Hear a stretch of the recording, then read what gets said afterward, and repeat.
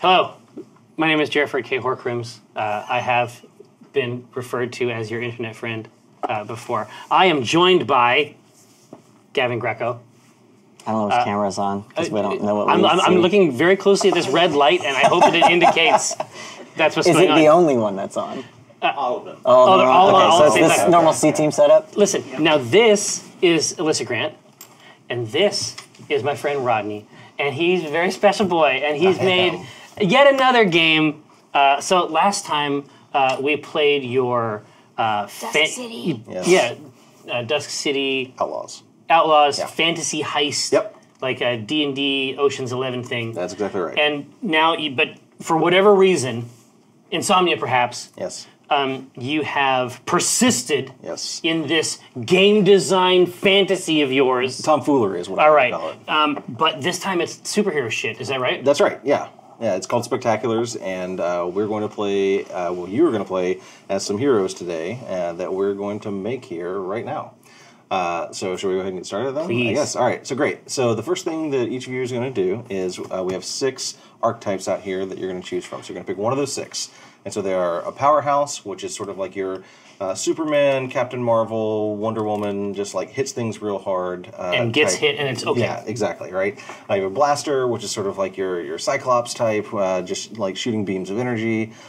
Champion is, they're sort of badass warriors, right? This is your Drax from Guardians of the Galaxy, right? Maverick is your kind of like cunning rogue type. Maverick would be things like Star-Lord is a great example, or Gambit from the X-Men, right? Yeah. Tech Wizard is someone who is really good at making technology do what they want it to do. So like Rocket from Guardians of the Galaxy. And then Starfarer is sort of a catch-all for like a spacefaring adventurer. So this is like Adam Strange, or think like pulpy space adventures. Like that's what the Starfarer is. Yeah, so, cool helmet. Yeah, exactly. Mandatory cool helmet. Yes. So first thing each of you is going to do is you're going to pick one of those 6, and it doesn't really matter. You can pick any combination of them. Does anybody have a fantasy that they want to bring to life here at the table? I want to do Tech Wizard because it sounds like Spider-Man.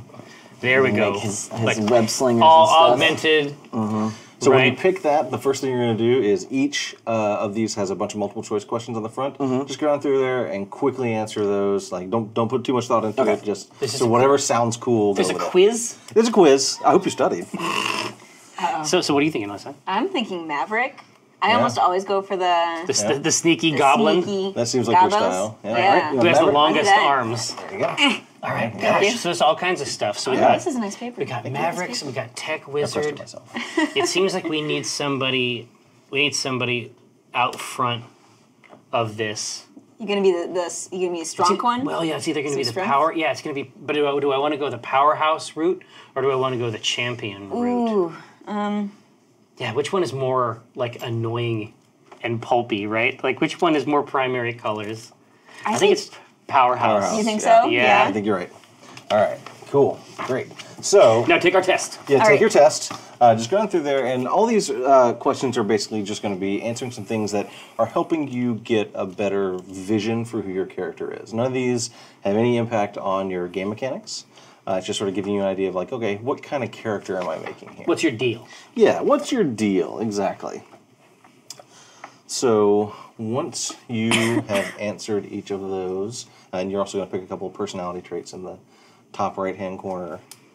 But like once you've answered each of those, and I see Gavin's getting pretty close to that, so I'll just keep rambling here. I got him. All right, so flip that sheet over to the other side. All right.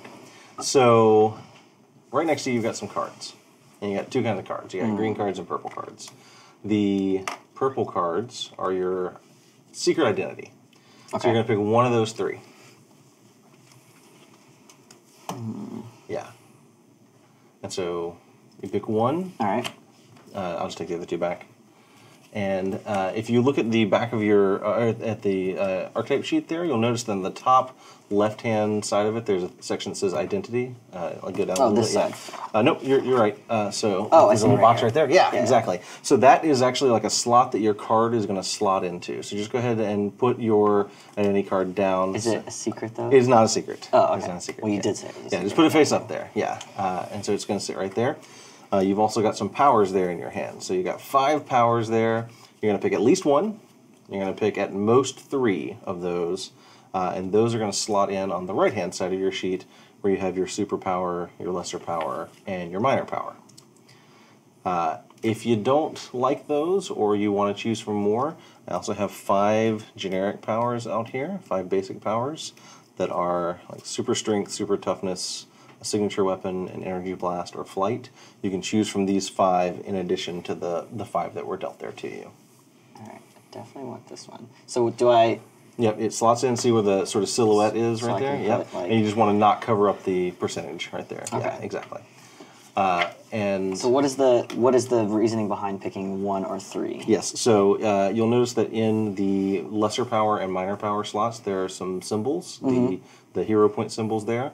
If you put cards in those slots, if you have powers in those slots, you don't get those hero points. If you don't have those icons covered up, you get those hero points. Hero points are a resource that you're going to spend to do exceptional things. Okay.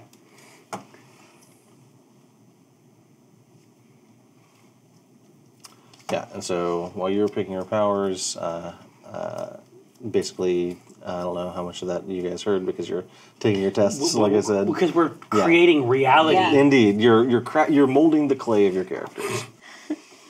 But whenever you're ready, I can run you through that as well. Hey, should I be confident or short-tempered? Both. You get to pick 2. Well, I already have sarcastic. Oh yeah, that makes sense. See, sarcastic and short-tempered seems like a good combo. Yeah. Like it's funny until it's not. Yeah. Don't cross me. Let's see. I think I'm going to do just the 1. Okay. I like not having options. Okay, It sounds makes it great. easier to make decisions. And which one did you pick? I picked seismic energy control, Very nice. Okay. so I can create powerful vibrations that cause the ground to shake and inanimate objects to shatter. There you go. I like this. Yeah. All right, so 2 more things that you're going to need to do. First is you're going to need to come up with a name for your hero, and that's going to go up at the top. The other thing is you're going to pick a role on your team, and I have the team role cards here for you to flip through. They're pretty straightforward. They do exactly what they say they do. Each one of those is going to give you a different way to spend hero points. All right, so it looks like both of you are on the back side of your sheet, so I'll go ahead and run through the cards again. You've got purple cards there that are your identities. You're going to pick one of those 3 to be your character's identity. This is who you are when you're not heroing. Thank you. So one of these purple ones here? Yes. Which one did you pick? Tank. Tank. Very nice. Skills. Oh, percentage style skills. They're both skills and thrills in this game, so FYI. So did you ever play any of the Kevin Simbita's? Oh, yeah. I know it was classic. Oh, yeah. Oh, we call it Palladium system. Palladium, yep, that's right. Took like an hour and a half to make it. Well, you know, it took some time, yes. The big advantage of percentages is that it's always easy to see, like, how good you are at a thing, right? You can always just sort of look at it and be like, yeah, okay, I'm especially about to that compare, good. right? Right, Here. exactly. And so this is my identity, and that goes up here. Yes, exactly right. So now that you've chosen your identity, you can go ahead and hand me back the other ones that you don't want to keep. Now you got your powers there. Oh, thank you. What did you choose? I chose reporter. Very nice. All right, Ooh, that's a good so one. Short-tempered reporter. so now you're going to pick your So you're powers. Jason Jackson. Bring me pictures of Spider-Man. All right, so you're going to pick powers, and you're going to pick either 1, 2, or 3. The reason you would pick fewer than 3 is because if you notice on your lesser power slot and minor power slot, there are hero point icons there. If those are covered up, that means you don't get those hero points. Oh, and so and these are used to goose. Yeah, you basically use it to do Now, extra is things. this These 2 are- hero th- points? These will be hero points. Okay. Yeah, we're going to use those for something else. In addition to the 5 that you were dealt, you can also choose from super strength, super toughness, signature weapon, energy blast, and flight. These are simple powers. They don't have a lot going on in them, but they each have a single hero point symbol on them. So basically, you get 1 hero point and this power. Ho ho ho! Ho ho, dear reader. So looks like we got a question already. So the question is, what are a few of these specialized power choices? You can just read out one of you can read out the powers that you had to choose from, Okay. if you'd like. Well, I'm gonna grab a few of these here. So Okay. solar energy control, let's say, a very timely issue. Yes. Obviously, our power supply is of vital national significance. You control the power of the sun and can generate and affect solar energy. I like it when games describe the parameters of a power, but don't tell you exactly how. That is, yes. This is a game that's very much about coming up with creative use of your powers. Yeah. Do you ever play Mage? Yes, absolutely. Yeah, see, Mage is like, oh yeah, you're all wizards, but there's no spells, so have fun. Good comparison, actually. Yeah, exactly. Good comparison. I'm great. Power stunts, so I can make this effect a powerful attack. Oh, okay. Yes, yeah. So I can goose it. Yeah, you can basically make it more powerful, or you can, I think you have another option on there as well. Make it a quick power. Yes. So it's very expensive. Yes. So those are actually is a good time to bring those up. That's what you are going to use the black tokens for. So basically, to use those abilities, you're going to put time tokens on your cards. Each one of these time tokens, one of these is going to come off every round. Oh, it's basically a cooldown. Yep, Yeah. exactly right. For getting around, can you do teleportation, or is that a different power? There is actually a power that's teleportation, but for your getting around, it can totally be like you can teleport long ranges, but you just can't in the middle of a fight, like pop around, basically, right? Okay. So it's like slow or imprecise or something like that. Okay. Yeah. Quantum stuff. Yeah. I like this. I'm going to go with augmentation. Oh, very nice. Oh, and so some of these abilities have when you perform a teamwork maneuver. Yes. So teamwork maneuvers are basically when Team-ups? two of you use powers together, basically, right? Yeah. It's a thing that you can spend hero points on, and you get to help somebody else out. Yeah, so some of the other power choices that, like Jerry just handed me, are super senses, telepathy, corrosion, solar energy control. Looks like Gavin did not choose phasing, precognition, constructs, or power memory. Wow, you got all of the special ones from the cosmic set. So yeah, wow, that's awesome. So I have two that I think would be great together, and that's Dazzle and Invisibility. Yeah, Ooh, that that's seems good. Yeah. Where I would temporarily distract, confuse, or otherwise daze someone else using flashing lights, direct attacks on their minds or other methods, and then I would then just go invisible right as I Sure. Yeah. daze them. Yeah. What's Makes the sense. hook? Like, what's the character? Well, You're building a cool. I've seen a lot of stuff, which is why I'm so short Seen some tempered. shit. Yeah. I'm When out. I'm invisible, and then I don't feel seen. It's not a it's not a good time. There's a self-esteem payload. Right. Here, so these are my roles, like team roles. Yes, you're going to pick one of those team roles. That one is not an intrinsic part of your character. That can change from session to session. Oh. The rest of the things are sort of intrinsic to who your character is. That's cool. Yeah, so basically, like each time you sit down to play the game, you can play the same hero, but take on a slightly different role on I the love team. this. Ooh. Never mind. I need that. That's This is very hard for me. I just went with like my first Instincts. Yeah, God's that's great. great. That's great. Yeah. Although I have electricity manipulation, so I could like whenever I'm short tempered, I could Zap people. Yeah, perfect. All right, that's it. You can stick with those? Yes. All right. Are you short-tempered? Well, Yeah. So are you angry? Yeah. I'm angry and oblivious. Oh wait, angry is angry. Angry is It's one of the personality they're traits. They're different. So the personality traits are different for each of you. I have an right? So you- uncontrollable rage. And also, I'm angry and oblivious.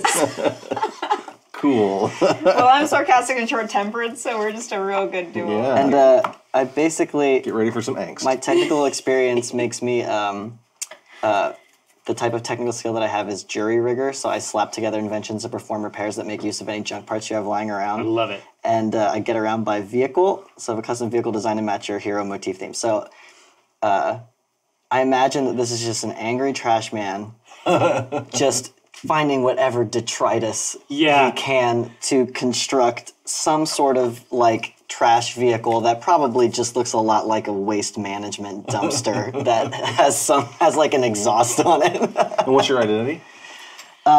Which one is that? This Yeah, one? that one, yeah. Pilot. Okay. Because I figured it made sense if I had a vehicle that I'd be good at driving things. Yeah.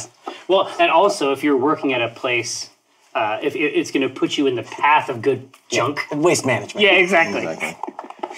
I like to think that I can only teleport to other areas if I can concentrate while I'm calm, and that makes me very angry. right. Yeah. So you have to work super hard to get it done. Yeah. Okay, that makes sense. Does that work? Yeah, that's great. All right. Yeah. My angry garbage man also creates powerful vibrations that cause the ground to shake and inanimate objects to shatter. So I just imagine that's like a way to make more trash. that you can then use to build more things. You just want that. You just want. It's like the. It's like a pinata. Like Right. you just want to get goodies out. Exactly. I'm going to hand these to you as well, so you're also going to pick one of those. And please let me know which one you pick. So that's our job, like in the thing. So Yeah, it's your role in the team. I went with Breaker. I'm trying to build somebody who is doing a lot of support and mitigation. Yeah, that's good. Right. And you, which archetype are you again? You're the powerhouse? This is the powerhouse. Yeah. Right, great, perfect. All right, so since you've already chosen your powers and everything, now we're going to determine how many hero points you get.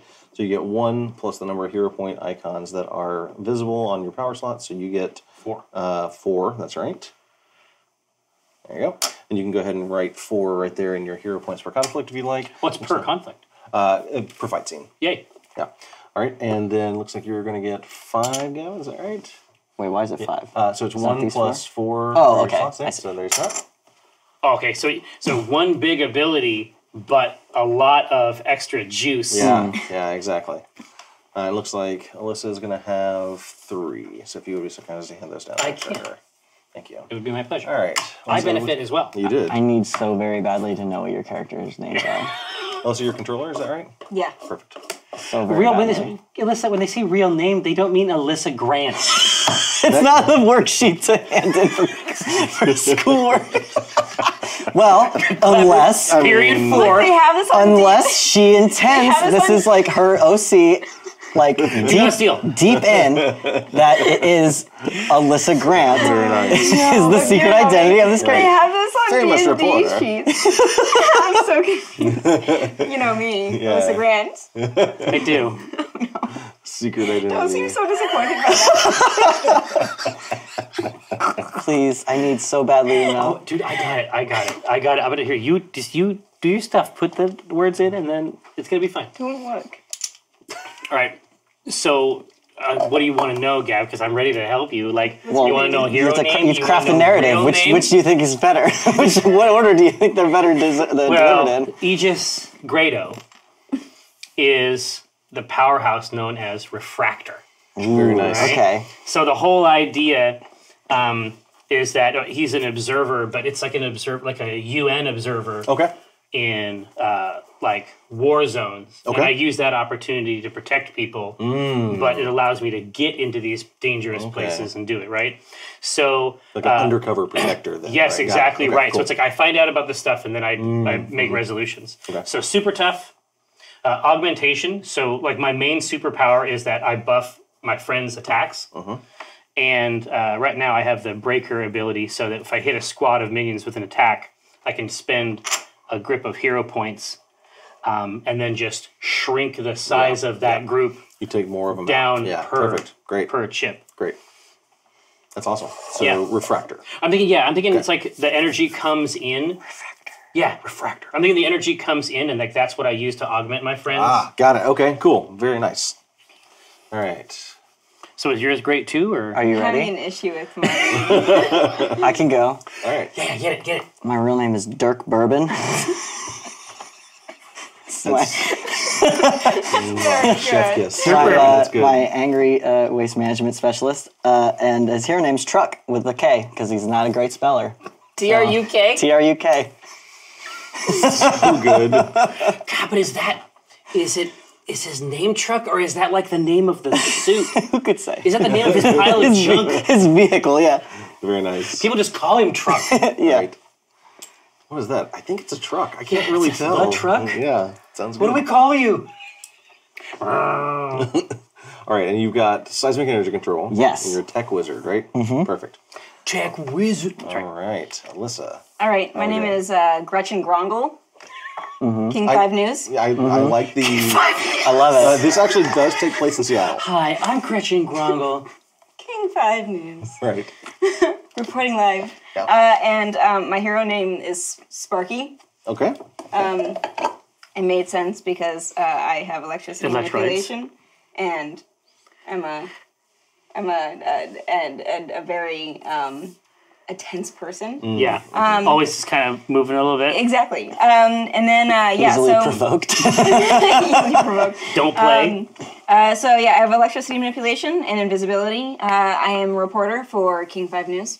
And my controller power is when you hit an enemy with an attack, spend any number of hero points. For each hero point you spend, add 2 challenge dice to each roll that enemy makes on their next turn. Very nice. Okay, so you can hinder other people basically. So do you think Gretchen Grongel is the one? Is she reporting like from the dunk tank? Yeah. Like at the fundraiser? At the Puyallup Fair, Yeah. right? A little bit Gretchen of rage already in Grongel, there. King 5 News. Very nice. And we're all having a great time tonight. Puyallup Fair. It's like We're raising money. She You're gets like out in the rain. She gets the in your stories that raincoat, nobody Yeah. wants. Clearly She's doesn't like, want I'm to. reporting live from this rabbit show. It's a I only rabbit do show. fluff pieces. It makes me very upset. But there's a ton of B-roll. It's all rabbits. And like they're happy, everybody there is happy, and you are just like, Here's another photo of a rabbit. It's real similar to the other rabbits. Yeah, that rabbit definitely doesn't look anything like the other rabbit. So is the Completely reason that different. you're a hero because like all day long you just build up this like simmering rage and then Yeah, finally no, the it's end, like you have to release static it. electricity. Yeah, right? Like all exactly. day long, you just build up this charge. My hair gets bigger and bigger as the day goes on. Well, this actually does take place in the year 1984. Perfect. Yes. Yes. 1984. Oh, hey, what do you know? There you go. See, it's like we planned it. We did not It plan really, it. it actually That's what's weird. legitimately was so not. now I can imagine what music Trucks is listening to yeah. as he's Oh, driving yeah. around What do you in think the garbage it truck. is? Oh man. Is it that new wave? Is it the tech I don't know. wizard? It's Like truck. It's probably like early 70s rock, right? Yeah, I think he would still be on like Pink Floyd. Yeah. yeah, Just be like not letting go. He's like not ready for this No. like 80s new wave bullshit. He's It's just not, like it's no, not this time. is No, not. it's like No. 8 tracks. He's listening Yeah. to Rush. Like that's his like His extensive 8-track Yeah, collection. yeah. I like it. Okay, so before we get started, I just want to throw one thing out there. So, something I did for this, all these live streams I'm doing for the game is I let the audience decide a lot of things about how the setting is crafted. Because in Spectaculars, there is no default setting. The players normally create the setting as they play the game. But I figured, why let you guys create it when I could let like people on the internet create it? So, Absolutely. Crowdsource. So exactly right. So what I did was I put out surveys that basically said like, here's your options, right? So the setting, and then the bad guys you're going to face today, and some of the elements of this scenario were actually designed not by me, but by the people that are watching this right now, right? Squirrels. So, yes, by squirrels. So that's my long-winded way of saying, please do not blame me for anything that happens in this session. All right, you feel good about your characters? Ready to get started? Yeah, I think Okay. Refractor is online. Awesome. So it is the year 1984, like I say, and our scene opens. First panel of the comic shows the beautiful 1984 Seattle skyline, which Seattle. is much 1984. Yes, much reduced from what it is right now, except it's a little bit different version of Seattle. You see, a couple of years ago, some strange stuff started happening in the city. They were working on building an underground transit system. 30 years too early, apparently. And they dug a little too deep. And it turns out that they discovered or possibly opened up a dimensional rift underneath the city. when Typical. that happens. It's very Hell typical. vault. Yes, and very much so, right? And you didn't even get to report on it because you were at like, you know, The rabbit show. some like some local science I was fair. at Gas Works like, for the Frisbee tournament. Yeah, exactly. You're at Who Gives a Shit High. Like reporting from the science fair. So they dug too deep. This dimensional rift was either opened or discovered, and they didn't really know anything was wrong at first because it was very subtle, right? But then strange things started happening all over the city, and soon it became apparent that there was a supernatural influx in the city, and not just supernatural, but in fact infernal. We see the dimensional rift that they opened was in fact a rift to hell. And Thanks, so now it is clearly not like a completely wide open portal. It's not like demons are pouring through all the time. In fact, most of it is quite subtle, and it's caused Seattle to become a sort of a place of religious pilgrimage, right? Where people from all like the major religions are coming to the city because, in addition to seeing all these sort of infernal signs and everything, they also occasionally see miracles happen, right? Almost as though Seattle has become a battleground of sorts, possibly behind the scenes, but a battleground of sorts Maybe for our the last forces of heaven and battleground. hell. Indeed. Could be Harmageddon. Indeed. So, that's just to sort of set up the context here. And many people in the city, as superhumans became more prevalent, many of them seem to derive their powers either from infernal or angelic sources, right? But for you, that's not necessarily the case. It's totally up to you to figure out what your alignment is. What your powers are, how you got them, and everything. But the influx of people from all over the city, the fact that they're all over the world, the fact that the city is now a site of pilgrimage means that tons of money has flowed into the city as well. It has grown far, far bigger than it was in the actual real in 1984. And so there's, huge companies here. The city is towering, much like it is today in, 2018, but, 34 years ago. So that's all to sort of set up the context of what the city is like. Now, the three of you are a superhero team. We're going to go ahead and assume that you've worked together before, that you're already a super team of some sort. So if you want to come up with a name for your team, by all means do so. But I know naming is often a challenging aspect of... we do need a name, right? So we have the tech wizard, we have the trash... Truck. Yeah, exactly. Truck the trash tech wizard. Mm-hmm. We have the refractor defender, and we also have Sparky. God, so what do we think? Just very, very quickly, who's the last motherfucker we rolled on, right? How small time or big time are our villains? Well, some of them are certainly threats to the entire city, right? You've probably scrapped with villains that cause huge amounts of damage to the city if they were left unchecked. Are we respected heroes? Are we a B-rate? Yeah. So are we are we the first call? We're Marvel comics. That's where you read about us. In general, you are sort of kind of in the middle ground, right? There's a lot of people in the city that love heroes. Minorly. There's a lot of people that are very trepidatious about it. And the media kind of treats you as a source of controversy, right? So there's pundits on the nightly news arguing back and forth about the merits of superheroes. The government's not against you, but they're certainly not for you. But partially that's because all of these supernatural threats that have arisen, all of the influx of people and both heroes and villains means that the local police force just can't keep up with that, right? We're the back alley bandits. So here, let's play a bit. Yeah. And I think it'll happen. Maybe this is the adventure where our team gets the name. Sure, sounds great. Maybe it's something you can announce on the news. We keep pitching names to each other, exactly. and everybody else is no. To reporters. Awful. Yeah. Last week weren't you guys? All right. Yeah. It's like when you get the band poster, and every single week it says the band formerly known as blank. It's nobody knows what your band name is because it changes every single week. Just pick one; it would be better. Yeah. Mm-hmm. So our scene opens, our issue opens with you going about your lives in Seattle. You're doing your normal reporting. You're probably back from an observation trip, so you've returned to the city to touch base here at headquarters. Highly likely that there is a large UN office here. Truck, you're probably just doing your thing. Garbage right? route. Yeah, you're. I'm in a union. Mm-hmm. Pay my dues. I run a show called Miracle or Luck. And I have it's on cable public access, right? Well, no, because she's King 5. I mean, true. It's just a segment. It's just one of her. It's just and this time a bird came back. Right. All right.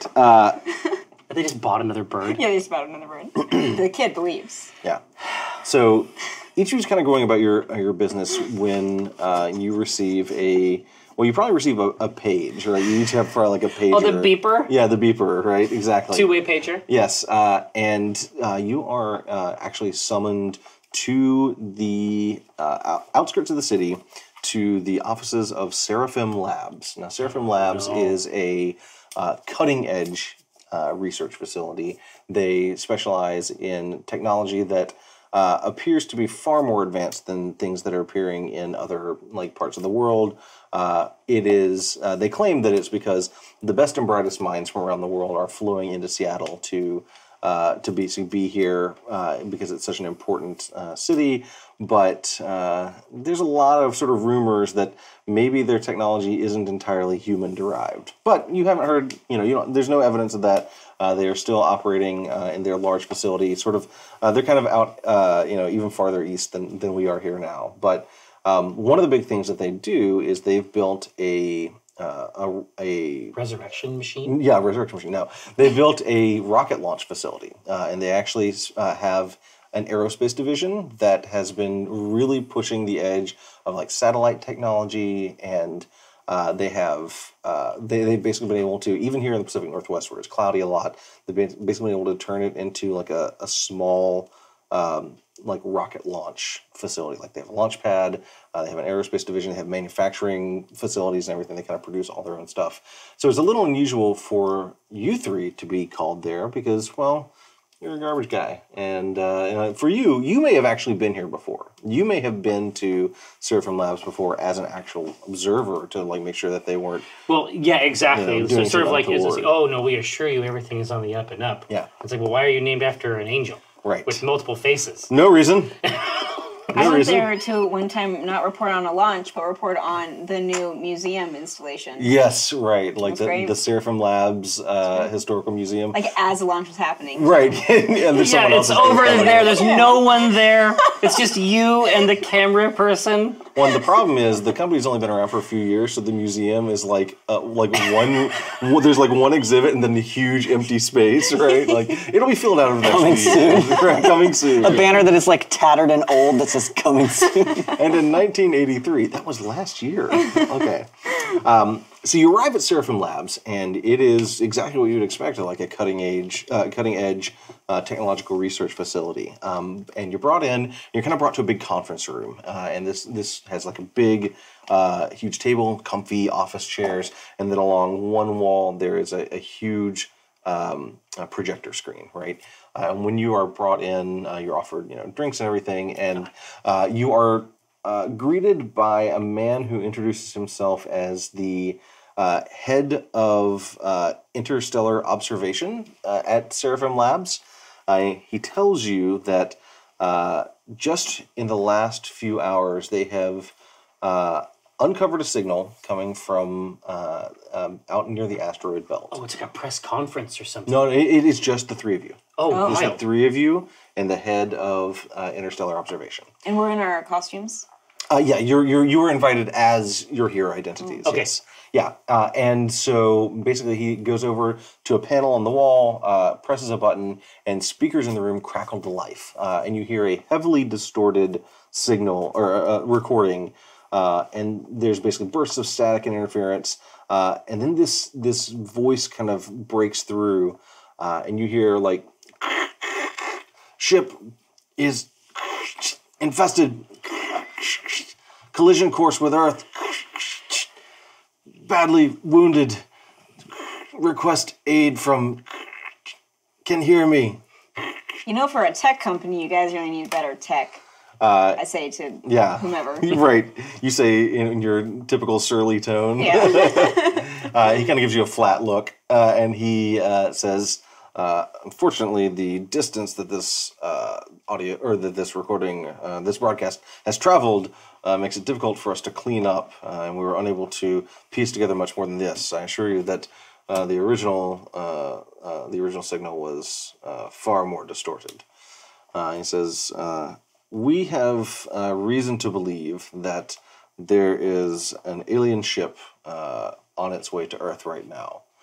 He basically clicks a clicker, and you see the super grainy telescope image, right? And there's one white dot that is brighter than all the other white dots on it. And he says, "Here, we believe this is the ship. We have tracked its progress through the asteroid belt and on its way just outside the orbit of Mars." Here, I say, Truck, do you think you can clean up this signal? I should be able to do that with my powers, right? If I can just maybe. Why don't you tell me I don't know if he's how you'd like to do it? I guess is he good with tech or is he good with junk? I guess yeah. You can absolutely give it a try. I like the idea that he at all times appears incompetent, like where you're looking at it and you're like, this is not gonna work. Right. Why are we letting him do this? And then somehow though, it does. I think it's instinct. Right? Tinfoil wrapped around something, and everybody's just like, yeah. Can we get this guy? It still smells like a burrito. It's like I just fished out of the trash. Yeah, somebody's lunch. Threw that. It's like Taco Time wrappers. No, exactly. But the chorizo grease somehow is part of the machine. Yeah, that's part of it. He's like licking his fingers. It's always a bit embarrassing. Puts it up there. Puts it on the antenna and like, is this anything? Does that Why help did at that all? work? It makes no logical sense. And then you kick it. Yeah. He's got a wrench at all times. These trash men, what wrench, you know. He just like hit things. threatens it with it. Yeah.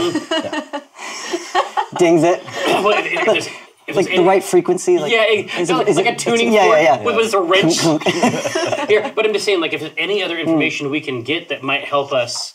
I mean, I get the gist of it, but if there's any other information that we can get out of this signal to prepare us for what's about to hit here, that might be good. It's going to happen anyway. Would you like to try? Yes. Okay. How do we do it? So how do I do that in game? What would Truck's approach be to trying to clean up this signal? Would it be to basically go in and start tinkering with the audio receiving hardware, or what do you think? Yeah, I think he would look for he's like physically competent, not as much like electronically competent. I think he would be like trying to, go in to adjust it on a computer. Sure. I think he would be trying to adjust the physical hardware. No, exactly. That Like is making this happen. There's this immaculate Seraphim Labs, like NASA style multi-row, like launch pad thing, and then Truck is just Ripping things out, clicking things back there. Yeah. Yeah, that sounds great. I'm going to need you to give me a roll. Why don't you tell me, if you look on your pilot skill, or on your pilot identity there, is there a skill on there that you think would apply to this? Make a repair. Yeah, that's exactly right. Okay, great. Right. So what I'm going to do is you're going to roll some dice. So Spectaculars uses percentile dice for success and failure, right? So grab a set of percentile dice there. You're going to roll, you want to make sure you have a 1 and a 10. Yeah. Yep, perfect. The other thing you're going to need is there are these advantage and challenge dice, and they sort of represent upside and downside. So in this case, because this is cutting edge technology and you are typically more dealing with, let's say, junk, I'm going to give you a challenge die on this, which is the black die. So you're going to take that black die, and you're going to roll all those together. So all three. And what does the black die symbols represent? They represent an unexpected negative consequence. Okay. So the percentile dice are just success, failure, and then the challenge die is a possible additional negative consequence. And how does that factor in with my percentage listed here? So you're trying to roll under that using your percentile dice. I got an 80%. I make a like repair. this. Gods. Oh, no skulls. No skulls, Okay, but I that's good. got 70%. You got 7, actually. Oh. That's 007. Yeah. So that's great. That's a success. Okay. Yeah. So you rolled under an 80. Yeah. So you're able Way to. under. Yeah. You're basically able to like go into their hardware, and there are Seraphim technicians there. They're just like, what is he doing? Like completely freaking out, and that like the head of Interstellar Observation basically has to restrain like another scientist, and it's just like chewing wires apart to retwist them together. we brought him in for a reason. Just let him do his thing. It's fine. He's a consultant. It's fine. He's always got like duct tape He's a with paid him. consultant. Oh, yeah. Okay, yeah. So, you're able to not only clean up the sort of audio that's being received, but also like this system is also responsible for the sort of telescopic observation as well. So you're able to actually basically what you do is you kind of increase the fidelity of what has been received.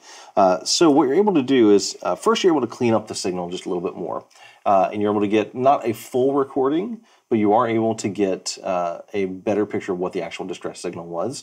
And basically what it is the voice on board identifies himself as a member of the Star Seekers. And you don't know what that means, but it says, I'm from the Star Seekers. This ship has been infested by... and is unfortunately... Can you spell that? Yes. Is unfortunately on a collision course with Earth. Damage to the ship means that autopilot is trying to bring it in for a safe landing, but that means that the infestation could spread. If anyone can hear me, I'm going to try and destroy the ship, but if I can't, I need someone to come and provide aid and rescue. And so basically you get a better picture that like there's someone on board this ship that's trying to stop it, but is, injured, according to his own description, and the ship itself is It's damaged. infested with something. Infested, exactly. Additionally, you're able to match this to the cleaned up visual images, and you see in the it basically takes like an image every 10 seconds or something, and in some of those you see like changes in like the little white speck, and you can tell it's engines firing that looks like corroborates the story that the autopilot is steering this ship towards Earth because it's damaged, basically. Okay, so I say to the person... Yeah, the liaison you're dealing with, yeah. I say, do you have a ship ready to launch on an intercept? He kind of gives you a faint smile, and he says, well, we wouldn't be much of an interstellar observation company if we did not. He says, we have actually prepared one of our cherubim rockets, which is designed for... I'll fly it. Heaven. Yes, and it is designed for manned flight. Originally, we had planned on using this for Mars colonization, but we've accelerated this over the last 24 hours and retrofitted it for basically interstellar space interception. So have you ever heard anything about these star seekers on any of your other... He shakes his head and he says, no, unfortunately. We've detected signals from outside of the solar system before. This is not our first one, but it's the first one that's come through clearly and the first one that's come through in English. Truck absolutely wants to fly this thing. And we're going to let him. Yeah. Yeah. I imagine This is they our would time. not be keen on that. They probably have, like, people that go through, like, hours and hours of training to be allowed to be in the simulation. Right. Exactly. I say, do you have a manual for the cherubim? You see, like, one of the technicians off to the side just goes, "Come on!" right, and stalks away. But the liaison you've been dealing with, he sort of nods and he says, "Yes, please come this way, Mr. Truck. We will we'll get you outfitted." Yes, right. It's John Truck. Yeah, he gestures to the two of you and he says, "We'll begin preparing you for space flight. We believe that this is a problem that is best handled by, shall we say, powered professionals. Our pilots and astronauts are well trained, but less focused on dealing with interstellar pest control." You see, as part of our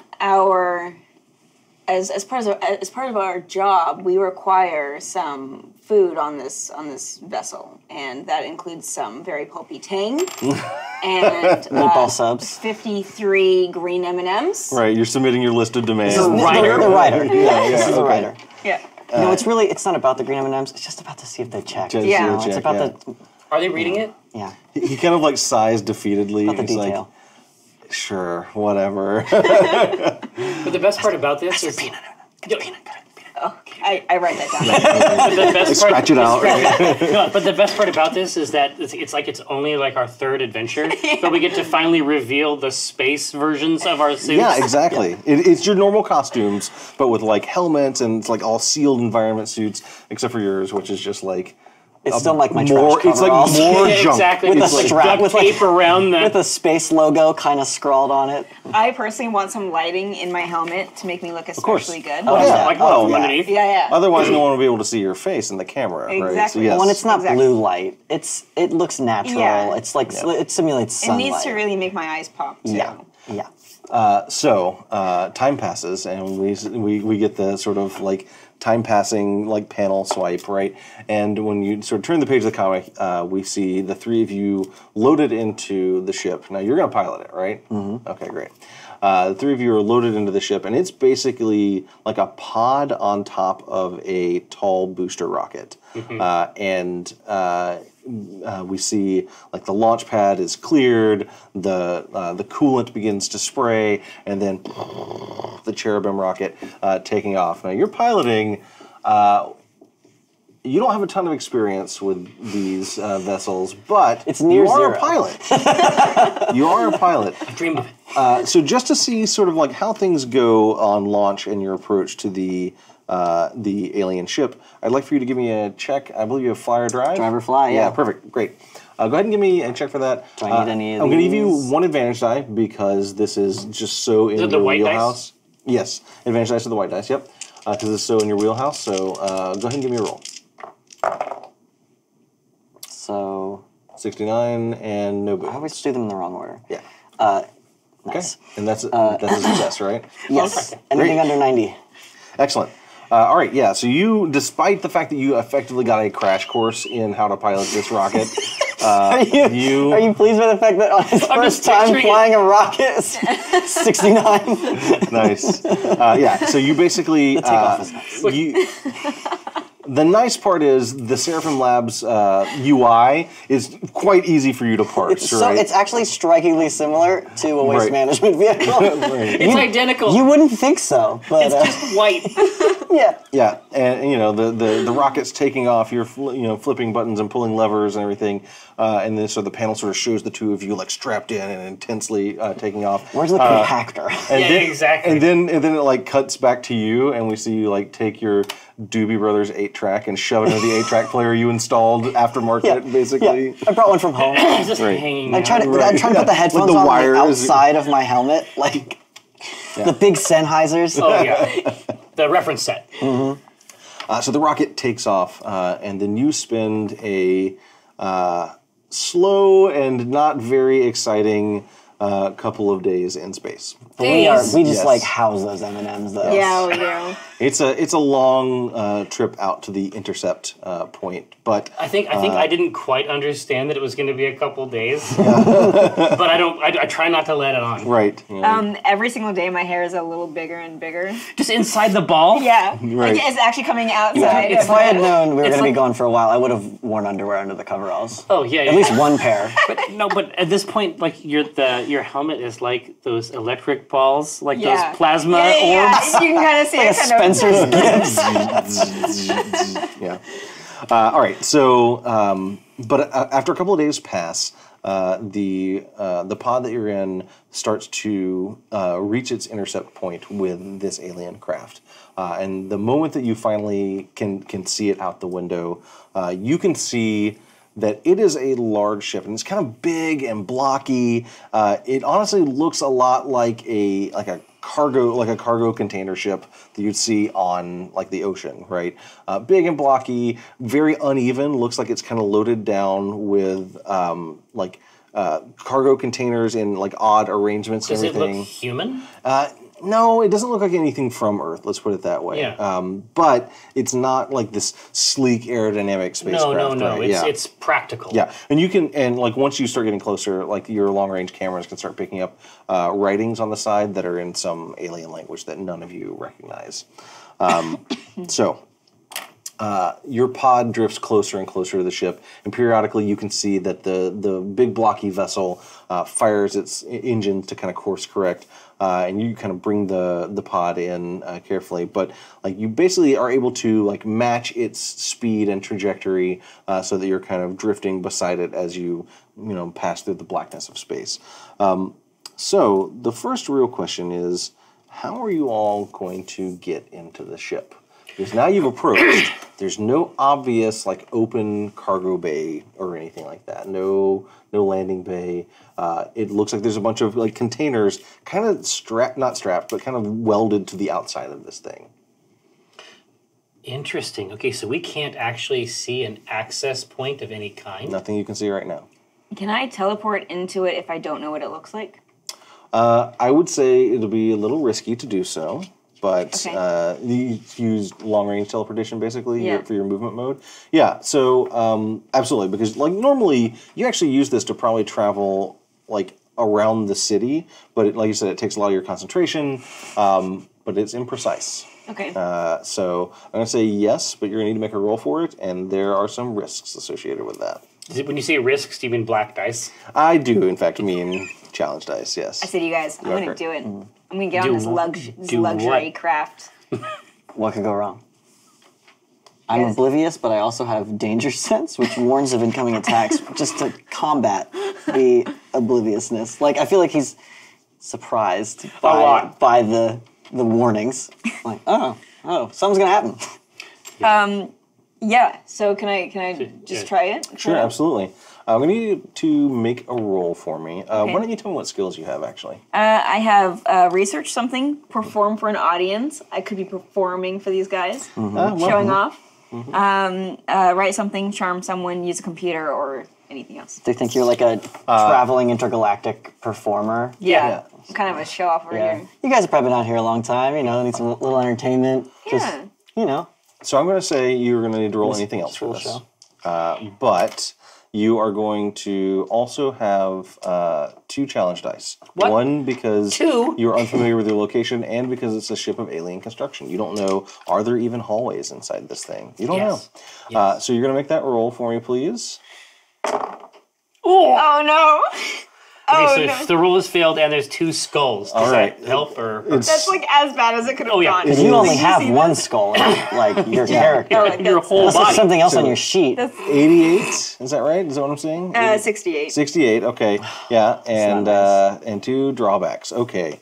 All right, so you sort of concentrate, and you're having a hard time, and concentrate, and you 2 see her like flicker. She's like starts to flicker in and out, and it's like, you know, losing a television signal, and then she's just like Well, gone. and it's like I try to like swipe through. Yeah. And I go to like reach for the wrench, like I would if I was gonna like to try to Fix adjust the anything TV. if I just like ding you a little bit, like, bring it back into focus.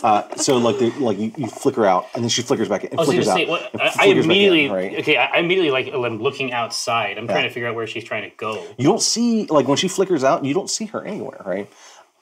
What you're seeing is like you kind of see the pod around you flickers out, and then there's like blackness, and then it flickers back in, and then you kind of see like this red light. It looks like emergency lighting, right?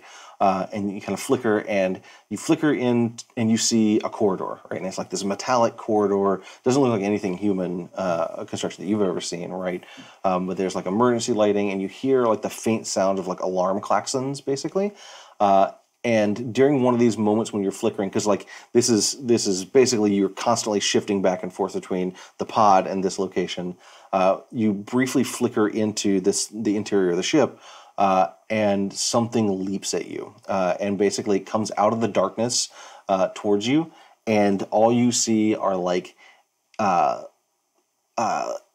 carapace-covered legs that are like stretching out like this towards you. It comes right at your face, and you basically flicker back into the pod, and you realize that something has punched through your atmosphere suit, and you're basically like there's air pressure in the pod with you, right? But you've got a big hole torn out of like the front of your environment suit. Okay. All right, are there spares? We can fix that. Duct tape. Just, like, Yeah. pull over the duct tape, tear it off with the teeth. Just Good to go. So I communicate what I saw, and with the red lights, with the alarms. it sounded friendly. Yeah, and it seems like there's a hostile creature on the other ship. Like, this is news we can cover. You're ready to go? Like you're already prepping it? Yeah. But I know I'm not going to get this piece. Yeah, then you're not gonna, you're gonna pitch this story, Yeah. but you're gonna get overlooked. You're gonna be like, "Great, Diane, can you take that? We need you to report live from that farm where everybody's animals go to when they don't live at home anymore." Oh no. This is real? Yeah, a very real farm. Farm hospital. Yeah. All right, so your teleportation obviously too difficult to pull off over long distance, and you don't fully know what's on the other side there, so you're not going to be able to teleport over there. Okay. Unfortunately. Okay, well, if we can get down and affix this, like attach our craft, because we're moving at the right rate right now. Absolutely, yeah. If we can get down, jump across, and attach this via lines or something like that. Absolutely, yeah. Like electromagnets or something. Would it be possible for Truck to maneuver this? You can try, sure. Honestly, the best thing would probably be for me to, like, sort of just maintain it. I think we want Truck to do the actual connection between our craft and that. I think that's a better use. If I could like construct some kind of like exactly. like little like grabby, like little claw, little like cruncher. Exactly, because then because then we can just walk on the surface of this thing and find an entrance. Sure. That's true. Yeah. All right, here. So I say I'm going to sit in the seat and say, "All right, Truck, how do I? Which one's the go? Which is the go button?" He just smashes the console with his fist. But the right button, just very aggressive. Yeah, always. exactly. Okay. So you're going to help him pilot the ship down? Well, basically, I'm going to try to just steady as she goes. Yeah, okay. While Truck marries these vehicles in stellar matrimony. That sounds great. I'm narrating so I can practice my Yeah, right on the thing. Yeah. The delicate docking. You're holding like a Tang can. Yeah, exactly. She doesn't know that's not recording, right? Canister. Okay, so I'm going to get you to make me another flyer drive check. All right. I'm going to give you one advantage die because you have Refractor helping you out with this. Okay. So basically guiding the ship while you are trying to attach the pod to the larger cargo ship. Okay. And give me a roll. Advantage die. That's what I like. Oof. 94. All right, so that's a failure with a boon. All right. Failure with the boon. So what does that mean? So that means that you're not going to succeed in being able to tether the pod to the ship. However, some good still comes out of it. So it seems like every time you try and attach tether lines to the ship using like the extender arms that come off the pod, it seems like the alien ship basically puts out some kind of charge that breaks them off, right? It's like there's an electric surge. Oh, on top. skin. Yeah. Fortunately, as you're doing this, like you're focused on that, but you're focused on more like maintaining. Just like trying. I'm looking over and like it's like I'm trying to like back in. Yeah. But like it's like the Dark Souls are backing in. Yeah.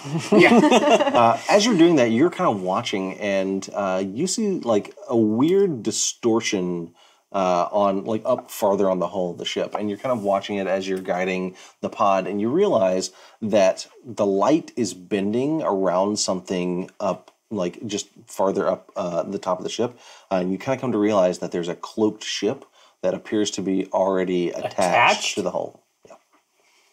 So a couple of things. I indicate that we're not alone, but like multiple times over. Yeah. Like obviously there's this ship, but there's another ship hidden on front. Yeah. And they appear to be connected. Yes. They're attached. Yes. We could attach ourselves maybe to them. I want to believe we're on comms, right? Like that's how. Yeah. So like you start breathing heavily instead. Like, we're not alone. Yeah.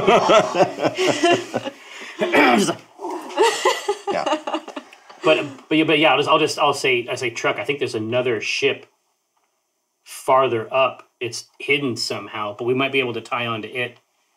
Mm-hmm. Yeah. Just hitch us. Yeah. Hitch it up. I like to think that if we were trying to like put out little arms onto this other ship and it kept hitting them off, that those pieces were just like breaking off, which Truck is loving. Yeah, and This is the value add. Yeah. Like you use the pincer arms to like grab the debris and like put it exactly. in the Like cargo. now he doesn't have to like suggest that we crash into their ship to create debris that we could use, but just like we've got it. It's here already. It's a completely new type of trash. Yeah. So you can maneuver the pod up pretty easily to the cloaked ship. And when you get up there, what you can see is when you're up close to it, you can very clearly see the outline of the cloaked ship. It's just sort of bending the light around it. You can also see that it's connected by like a docking tube to the side of the ship. And it looks like that docking tube is actually... covered up by... exactly. And it looks like that docking tube is actually extending out from the cargo ship, not from the smaller vessel to the cargo ship. So it looks like this is a thing that comes from the cargo ship out to... So maybe that was the ship that was invaded, that like we actually got the transmission from? Could be like the cargo ship invaded that little ship or something? Yeah, no, you're right. It could have actually been... This thing might just be a big, evil, like, alien zoo that's going around, and they got docked with this thing. It could be backwards from what I thought. The cloaked ship is not much bigger than your pod, maybe like twice as big. Okay. Yeah. Okay, but there's an exposed... It looks like the two ships are connected to each other via the docking tube. The tube's probably the most vulnerable part there that we could just like cut into that. That's true. And have access to either. I Ship. will also point out that you do have seismic energy control. Oh yeah. What would that do out here? Powerful vibrations that shake, that cause the ground to shake and inanimate objects to shatter. So I guess we could shatter the tube. Or perhaps the clamps that connect the tube to the cloak ship. Yeah. Oh, yeah. Being a superhero is new. Yeah. I have to You remember. have many more resources at your disposal. Yeah, that's true. That's true. I'm not just a UN observer. That's right. Okay, so do you want to try and basically blast the connectors on the cloak ship? Sure. So which one of these would that be? So it says like So all you're going to do is you're area going to make attack or obstructive Yeah, attack. you're just going to make a check with it. So basically, you're just going to roll the percentile dice. You've got an 80% chance of success to succeed on this. Okay. Right. So go ahead and give me that roll. No additional dice. Perfect. 68. All right. So you basically you sort of probably spacewalk outside so that you can actually use your powers without risking your own ship. So you're kind of clean to the side of the pod, and you see sort of the connectors on the that are connected to the cloak ship kind of like blow away, and it's like they're just like you're sort of shattering them, but you're pretty precise about it, right? So the tube itself doesn't get damaged, and when you do that, the cloaked ship sort of shudders and then just starts to drift at like along a different course, basically, and begins to drift out into the depths of space. Do we want that? Yes. Is there any way we can tether it? We could grab it with the clamp. Oh yeah, You could. we can clamp it. All right. You want to try and grab it? Totally fine. Like you can just do it, all right? Like Oh, that. okay. Yeah, you don't need to roll for it or anything. All right. Okay. Yeah. So you use the pod's pincers to grab onto that, and I assume you sort of want to maneuver your pod around so that now you can attach to the. Yeah, exactly. And so we're holding that here, like an otter, like when the otter's eating yes. it. It's like that's here, and then we are attached via this umbilical. Yes. But I want to be looking out from our glass, like into the cockpit of this other ship. Seems to be unoccupied. Okay. You see nothing inside there, right? So yeah, you manage to maneuver the pod around, connect the docking tube to your own vessel. Basically, you're able to like kind of like solder it onto the side of your ship or your pod, and then at that point, an environmental seal gets created between the two ships, and you're able to open up your pod and make your way across to the other vessel. I'd like to go invisible. That's a good idea. That's great. Okay, so you go invisible. Go ahead and give me a roll for your invisibility, please. Yeah. Just so I can see how good a job you do. How Okay. invisible are you? So you're rolling your do I- percentile dice. Your chance of success on that is listed next to that slot. Oh, so it's oh, like- the this? slot determines it. Oh, I Yes, see. exactly. So the superpower yeah, is the thing you're best at. exactly. Really though? Okay. It doesn't mean you don't turn invisible, right? Okay. So yeah, you basically turn invisible and start making your way into the cargo ship. Great. All right. As you enter the cargo ship, you see again kind of what you saw when you tried to flicker in with your teleportation. It's dark. There's red emergency lighting that is like fading and not staying super consistent. There are alarm klaxons, but they're not everywhere, so it's not super loud. They almost kind of sound distant to you in a lot of ways. It seems like huge chunks of this ship obviously are shut down or are shutting down right now, and all that's left is some sort of emergency power. Additionally, as you are making your way into the ship, like by this tether, you can see that there are bodies on the ground, and they look like human bodies. They're wearing just sort of jumpsuits, so obviously, like the interior here is environmentally sealed. They're wearing jumpsuits. They look like human bodies, with two exceptions. One, their skin is purple, and two, none of them have heads.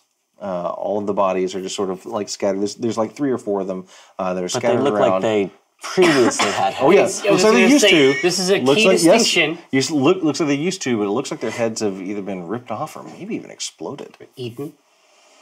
Yum yum. Yeah, Here. So I'm gonna roll back through. yeah. Sparky is moving through invisible. Invisibly, yeah. And I'm gonna follow through behind. Okay. Just to attract attention. Yeah. To be a distraction. Yeah, for her. exactly. Yeah, To be a perfect. distraction Okay. for her, but I'm also trying to take in as much as I can using my my keen read the situation, Okay. watch for trouble. Yeah. Why don't you give me a roll for watch for trouble? Actually, And because she is in front of you and invisible, I'm actually going to give you an advantage die on this. That's great. Well, I watched for trouble at 80%. Okay, great. That looks like an 8. It is. All right. Yeah, so you're kind of keeping an eye out. You come across these bodies that she's just walked past and can see that there are, their heads have been either ripped off or exploded.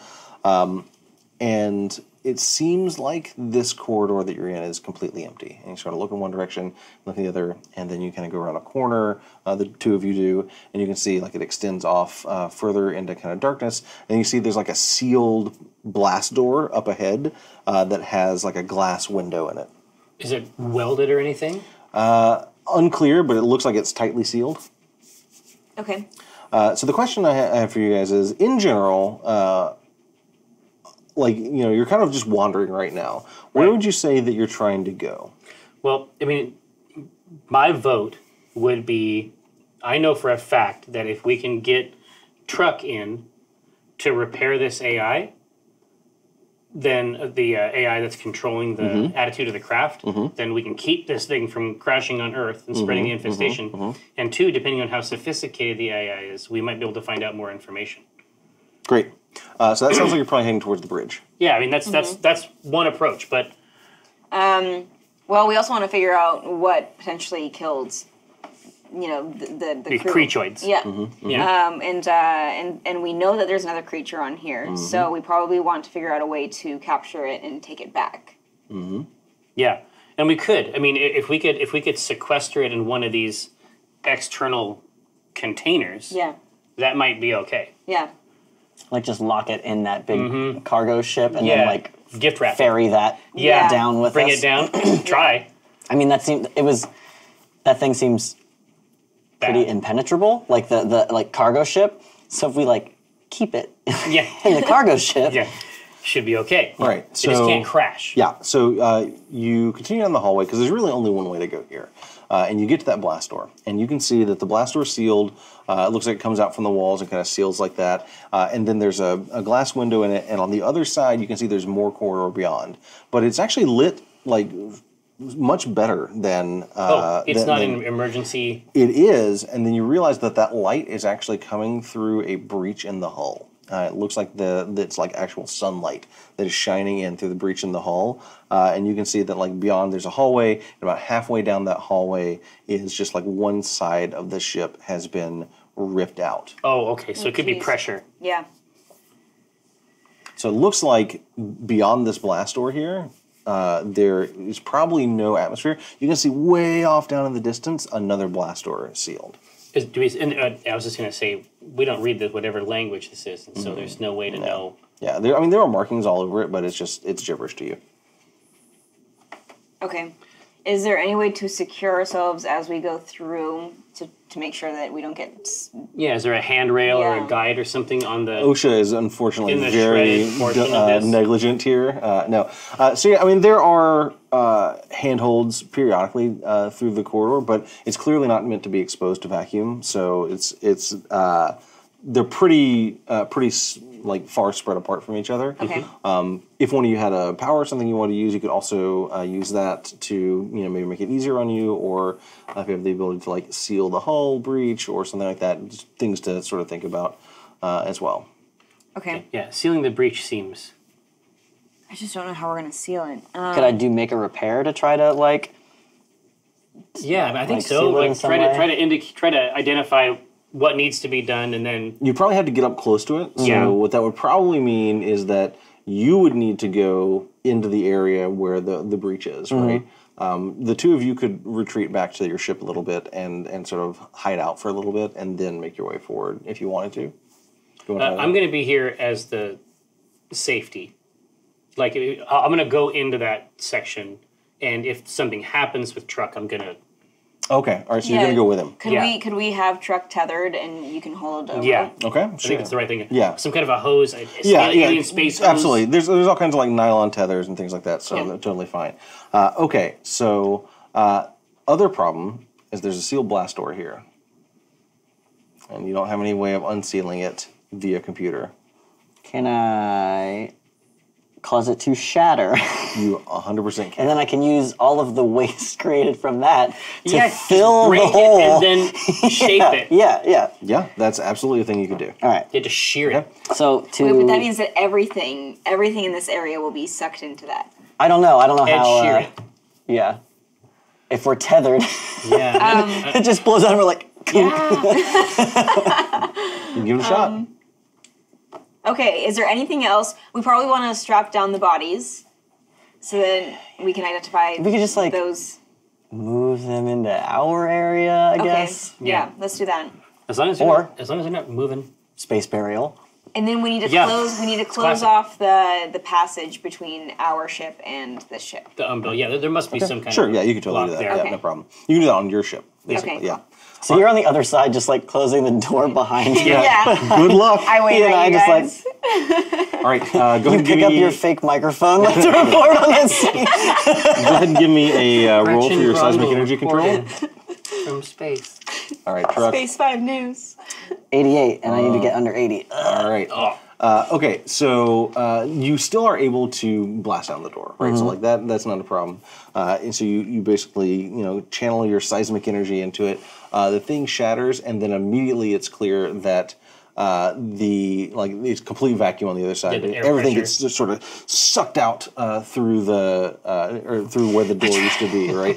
You are yanked forward. You're holding onto his tether. You are also yanked forward. I'd like for you to give me a roll. I think here your super toughness would come into play. It seems like it would. Yeah. Go ahead and give me a roll for your super toughness. And I'm going to give you one challenge die on this roll because his seismic force was more powerful than you expected, basically. Like that, you thought that blaster would take more of a beating, and it just sort of like crumpled like tinfoil. Which is easy. Yeah. Just melted. Yep. And so whenever the powers come to the fore, Yeah. my body takes on a diamond cast. Oh, okay. I'm refractor. All right. Yeah. 71, Which is a failure, which is a failure and a skull. and a draw. This Okay. is. We are not a great team. We are We're a the good B team. Listen, We're a good team. we're everyone's second choice. Yeah, exactly. But we're not third. Number 2. All right. We're the second The choice. second line of defense. Okay. We're second string. Yeah, we're everybody's first backup. Cool. Lots of nice So thing about it that has first in the name. That's what's important. Oh yeah, we've got to prove. as you are waiting in the pod on the two of them, you see basically, like you can kind of see down the corridor, you see him get ready to go, and he kind of does this and throws his hands forward, and then all of a sudden they're just gone because like they just get sucked down the corridor, and you're like, oh, I'm narrating this. yeah. Oh, the huge manatee. Grungle. Yeah. Gretchen Grungle reporting. It turns out that Space 5 News. Turns out Refractor was just sucked out right into space. I don't know where he went, but more to come in 10 Hopefully. minutes. Passing it over to you. At 11. Right. Okay, so they're just gone for a really long period of time. And you're kind of sitting in the pod thinking about like, oh, what do I do next or whatever. I'm pacing, I'm getting a little buzzy. Yeah. And that's when Truck basically like bangs on the window, right? Oh, outside. My hair, on the my hair outside. goes Yeah. Yeah, and so basically what happens is like you kind of get sucked out, but you're able to, thanks to your sort of super toughness and the tether and everything, keep from being sucked out into like deep space, right? Make your way across the hull, back to your own pod, bang on the pod, and basically get her attention so that she can use the manipulator arms to carry your pod across the ship Dude, to the I had the bridge. same exact Yeah. picture of it going. Ch-ch-ch. Yeah. But also, what if we used the cloaked ship as like a patch Yeah. Oh. Yeah. on the hole, like we had in there, Yeah. and then we do the repairs from the inside. Yeah, so it takes you a while, but Yeah. that's totally a thing you can do, right? Okay. It takes you a while. You finally get the whole breach sealed by basically stuffing the cloaked ship into it. And the repair that you make kind of integrates the ship into it. So it's like you kind of weld the ship. But that means that there's like this clear window basically there. It's oddly shaped, but once you're able to get back into the ship, you can kind of, see like outside, see the sun and everything. As soon as you seal the breach, it pressurizes. So it looks like the ship was trying to repressurize that section. Oh, the whole time. Yeah, exactly. But in my mind, like, there's an awesome picture of Truck with the ship on the arm, and it's just like, Right. like you just like you're trying to do it in the dark. Yeah, right. It's close. It's close. And then you hear Turn it 90 degrees. Turn it 90 degrees. Yeah, like everything about it is just like the Apollo 13 mission. Like it worked. Yeah. Yeah. None of it looks good. But that's your style. But what's important? That's what you what's like. really important. So you are able to make your way to the bridge at this point. So basically, following the corridors, you're able to move up to the front or to the sort of top of the ship. And when you reach the bridge, you can see that all the bridge crew is in the same state as those bodies you saw before. Oh, really? Like heads completely gone, right? But when you get up here, you find that like you can see that there are computer consoles and everything everywhere. You don't know the language, but there are some sort of common UI elements that you're able to discern. But the message we got was in English. It was in English. That's right. Maybe all the people without heads spoke English. Maybe they had a translator. They had like translation technology that worked. Exactly.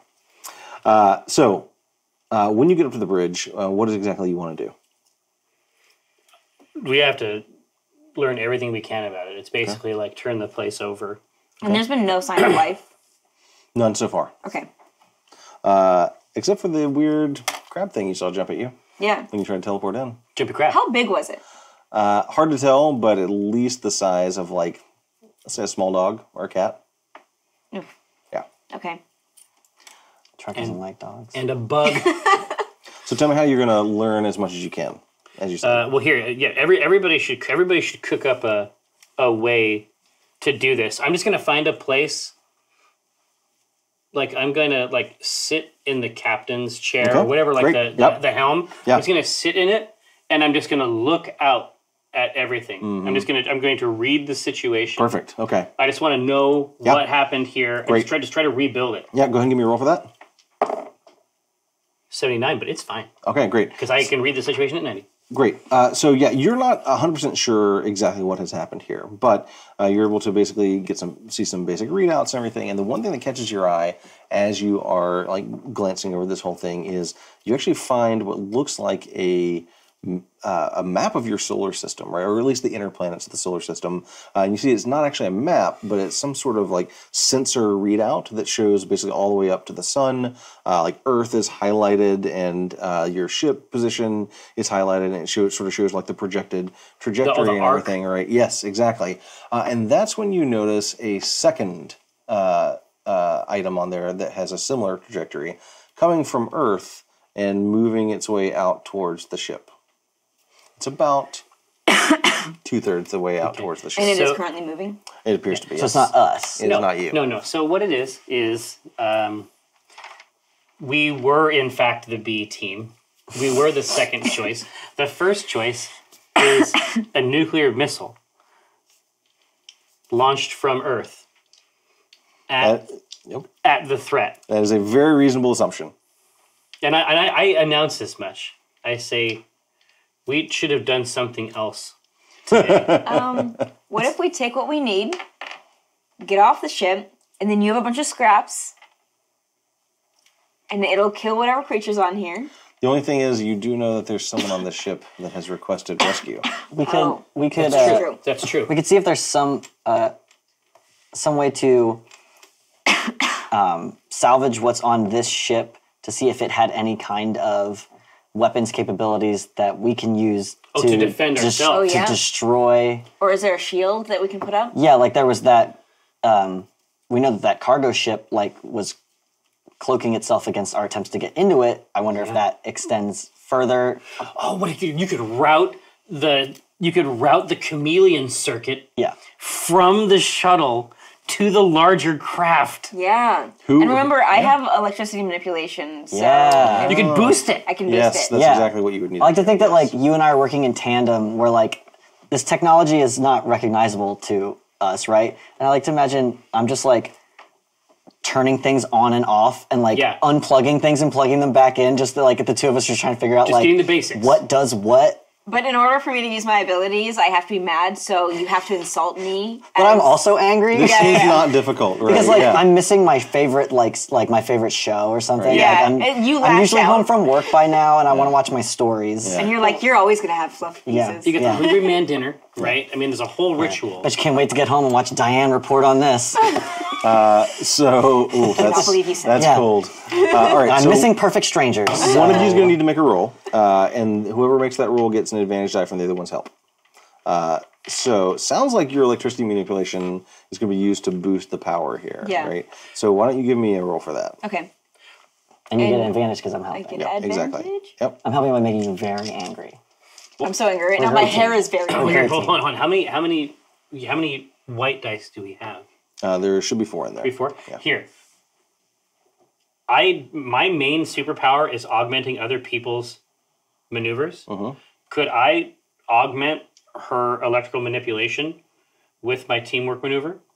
So normally you only use those in combat, but combat. what I can say is because you have that power, you can basically charge up her electricity, right? what I'm thinking. Yeah. So She's go ahead also and add angry enough another. that she might want to hit you, which could be considered combat. Yeah, Think you about go. it. If you So really go ahead think and, about and it. add another advantage die in for refractors. Nice. Yeah. So basically, like you're charging her up, you're funneling your electricity into the cloak ship, Truck's being and mean. you're basically being mean, and also like making the connection. So I go want ahead. to believe you have like this hamster thing going on. Yeah. You're Yeah. running in place, charging me up. So go ahead and give me a roll. Oh. Oh, 39. Well, 39. That's good. Yeah, that is Any boon symbols? No. Okay. No. All right. Yeah. So you're able to do that, and the whole cargo ship shimmers and goes invisible on the outside. Like you basically create like a chameleon skin on the outside. And you know Earth is just bad. Yeah. So you feel good. You don't know for sure that that's going to work, but the fact that the ship is invisible now and it's still making course corrections. Dude, you know what the awesome plan would have been? Wait until the missile got really close, And then, boop. and then do it. Yeah. And so they think that it's... You don't know exactly what's going to happen. So yeah, this might be the safer plan. Yeah. Okay, so having done that, you basically managed to protect the ship from this missile that you have seen coming on the radar. At this point, you're able to, like, you're tinkering with the computers and everything. You're able to pretty easily get a diagram of the ship up, right? Like you're just sort of looking at pictograms and everything. Like, oh, okay, here's the ship. And when you do that, you realize it's not just a diagram, but it's actually sensors, right? And you can see that there's a concentration of 4 life forms on the bridge of the ship, and there's a concentration of a lot of life forms in the engine room, and then everything else. Is there 4? like any kind of like surveillance? Did you say 4 in the... I did not misspeak. Is there any surveillance in the technology that we're discovering that could let us like either see into other areas or see recorded footage to see like what security killed cameras. these purple friends? You can try to use a computer if only has the use a computer skill. Otherwise, you can just roll anything else. I can't use a computer. All right. Oh, I can use a computer. Okay, I'm going to give you 1 challenge die on the roll because you doesn't have don't email. know the language. It's a different era.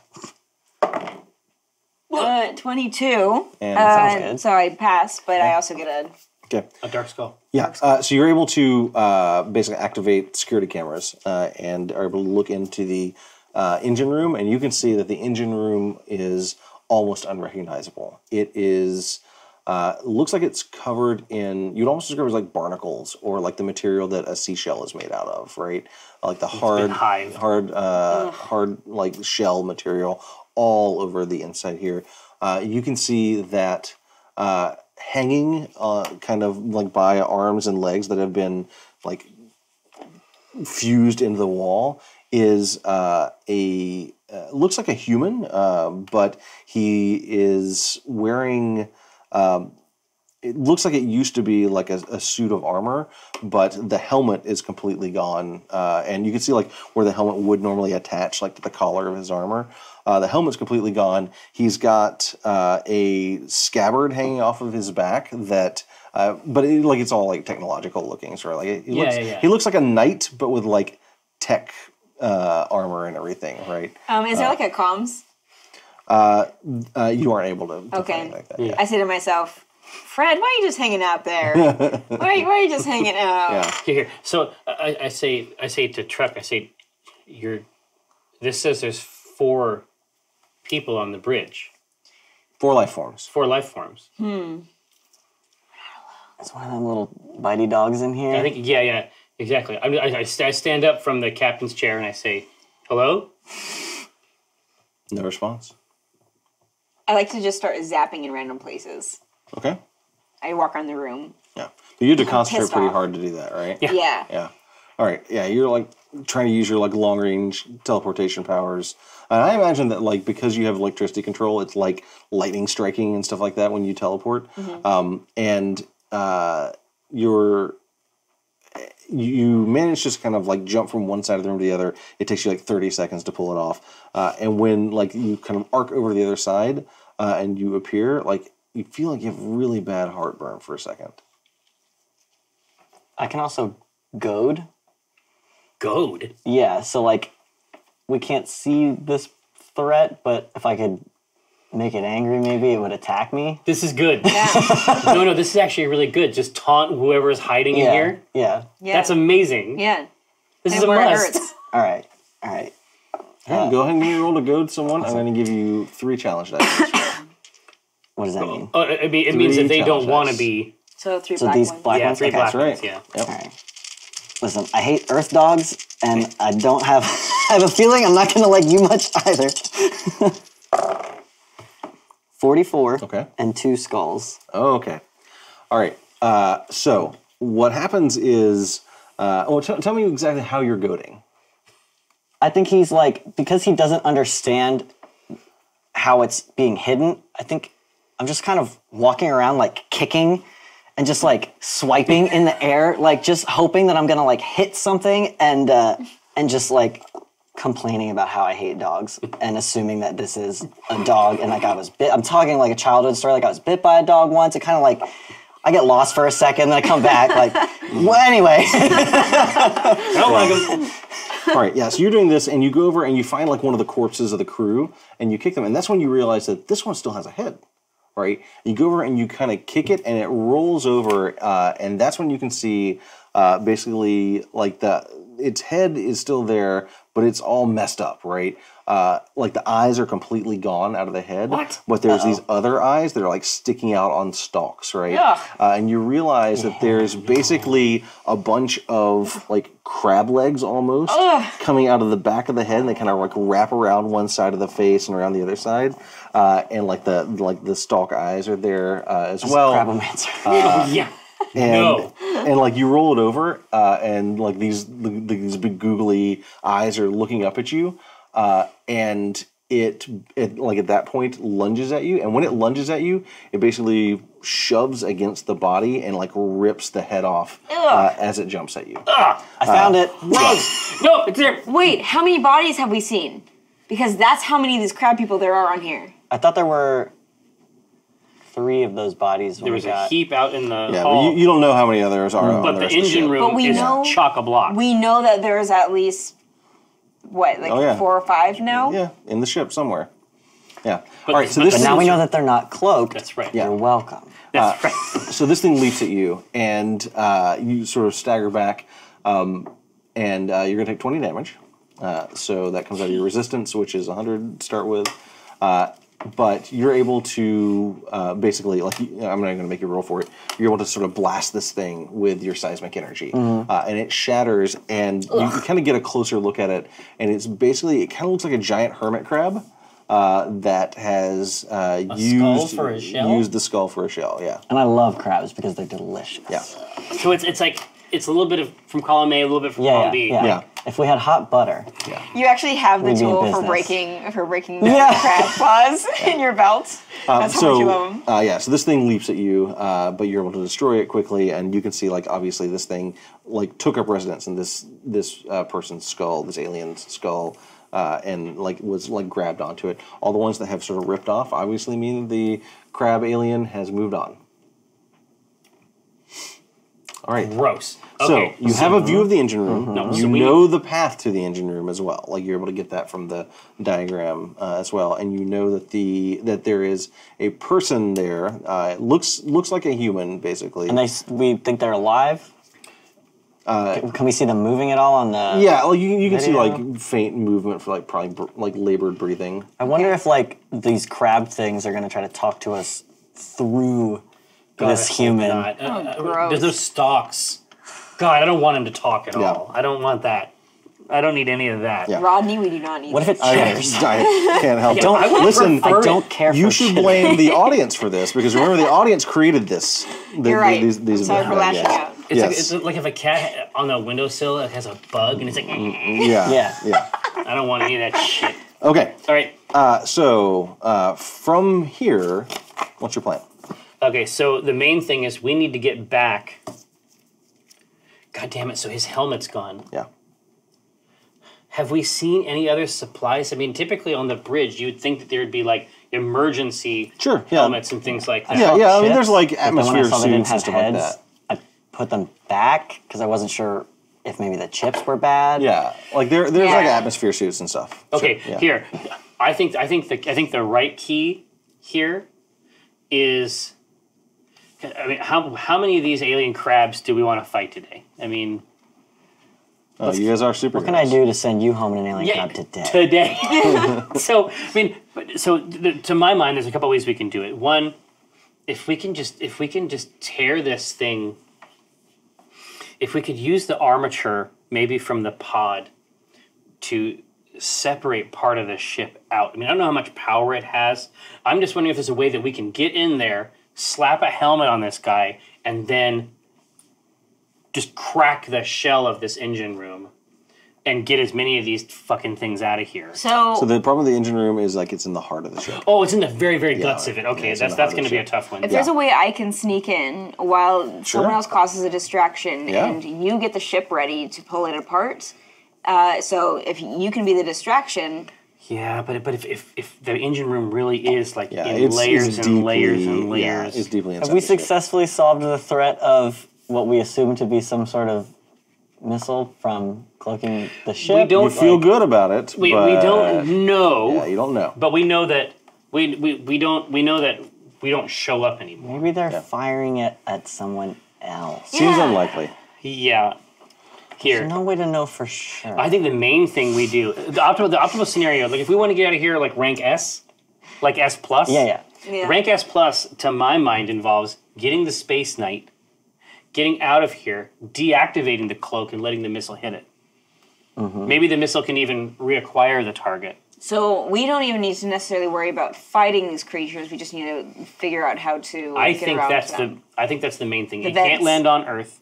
Wait, we don't know how they're triggered. We don't know if they can sense us, or if it's just through sight, or if it's like some kind of weird alien technology where they can sense body heat. Yeah, exactly. The thermal. We should test this out on one. We should lure one out. Lure out one of these bugs. Yeah. It'll be tricky since you don't know where they all are. Like and actually, now that you've killed that one that was on the bridge, all the other life signs are coming from the engine room. Yeah, I mean, that's the best. That's the best data we have. That's the best data we have. Can I tell what kind of ship this is? Everything looks like super industrial. It looks like a big cargo Oh, Freighter. I get it. Yeah, Hold like a on. freighter. I get it. I know exactly what happened. Okay, so the Star Seekers, whatever they are, it's clearly, You know, you ruined me. I just want to say Star Seekers. Star Seeker. No, so what I'm saying is that the Space Knight came in thinking that he's going to fucking solve the problem, and he ended up getting hived in the back of the engine room, is what happened. That's Yeah. his cloaked cop car that was attached to the guts of the ship. Okay. All right. Okay. So, but that's what's up. I wonder if he has any of his other equipment on the ship that we can bring him. We need to lure. Yes. We should go check out his ship. Yeah. So And then- just to fast forward things a little bit. Yeah. You check out the ship. He doesn't have any equipment that is that exceptional, right? Okay. Like he's got, like there's environment suits and survival supplies. No turrets. No. Is there a helmet in there for him? Yeah. You have more than enough environment suits. Okay. Yeah. I'm gonna switch into a new one. Sure. Totally. Yeah, Okay. why don't you Yep. do that, and Sounds then great. and then let's bring an extra helmet because the rest of his armor seems okay, but he needs a new helmet. Yeah. Okay.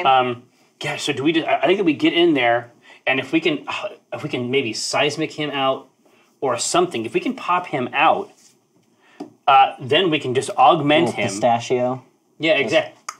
Yeah. And then get the helmet on him. We can augment him. We have to act quickly. Oh, no, it's going to be fat. We're going to pop in like... Especially because he's like drawn and quartered. Like he's ready to be dismembered. He may not be... We really got to throw We this pull needle. the wrong side apart, Yeah. and he's just gone Ugh. now. Well, It's like there's a difference between like powerful space knight and hors d'oeuvres. It's like one of the two, and it's on us. it really is. Yeah. So it sounds like your plan, if I can recap a little bit, is you want to go in and Fast.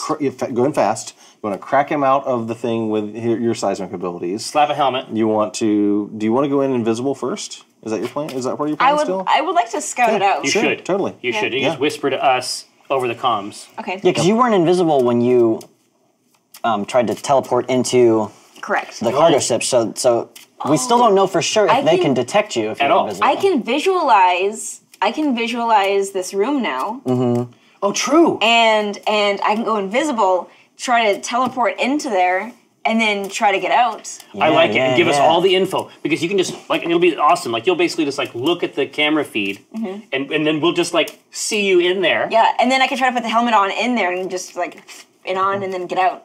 And then we can try pulling it apart and then getting him. See how that goes? Yeah. Yeah. You can try it. Let's do it. Sure. Let's do it. So are you Vote of guys confidence. going to wait on the bridge? Is that what your plan is? Yeah, we're just gonna watch through the Popcorn. screen. Yeah, exactly. Space popcorn, Cool. Tang, straw. Pop. Okay. ice cream. Okay, here we go. So I'm going to go invisible first, Okay. and I would then like to attempt to teleport into there Sounds great. with the Helmet? Yeah. But that also goes invisible. Yep, 'cause I'm of course. holding it. Yeah. Okay. Cool. All right, that is great to know. So All right, now you're fucked. Yeah. And then- now you die. Yeah. Okay. We're So gonna be wrecked over here.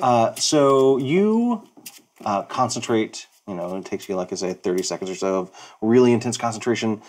You see her wink out of the bridge and then appear in the view screen that you're watching in the engine room. So the engine room, like I said, has been completely overtaken by this sort of barnacle-y, like seashell-y type material. You can still see computer consoles and heavy machinery and like the engine core visible through a lot of this. It's not like completely encompassing, but it's very well taken over.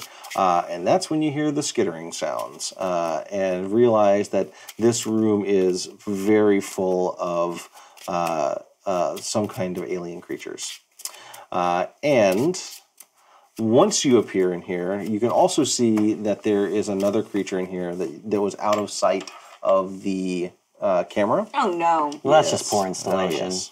Yeah. And the reason it's outside of the camera is that it looks like it's breached the ceiling of the engine room and is kind of like hanging suspended by its massive crab legs above the No. room, and like it's destroyed the ceiling. Oh, So okay.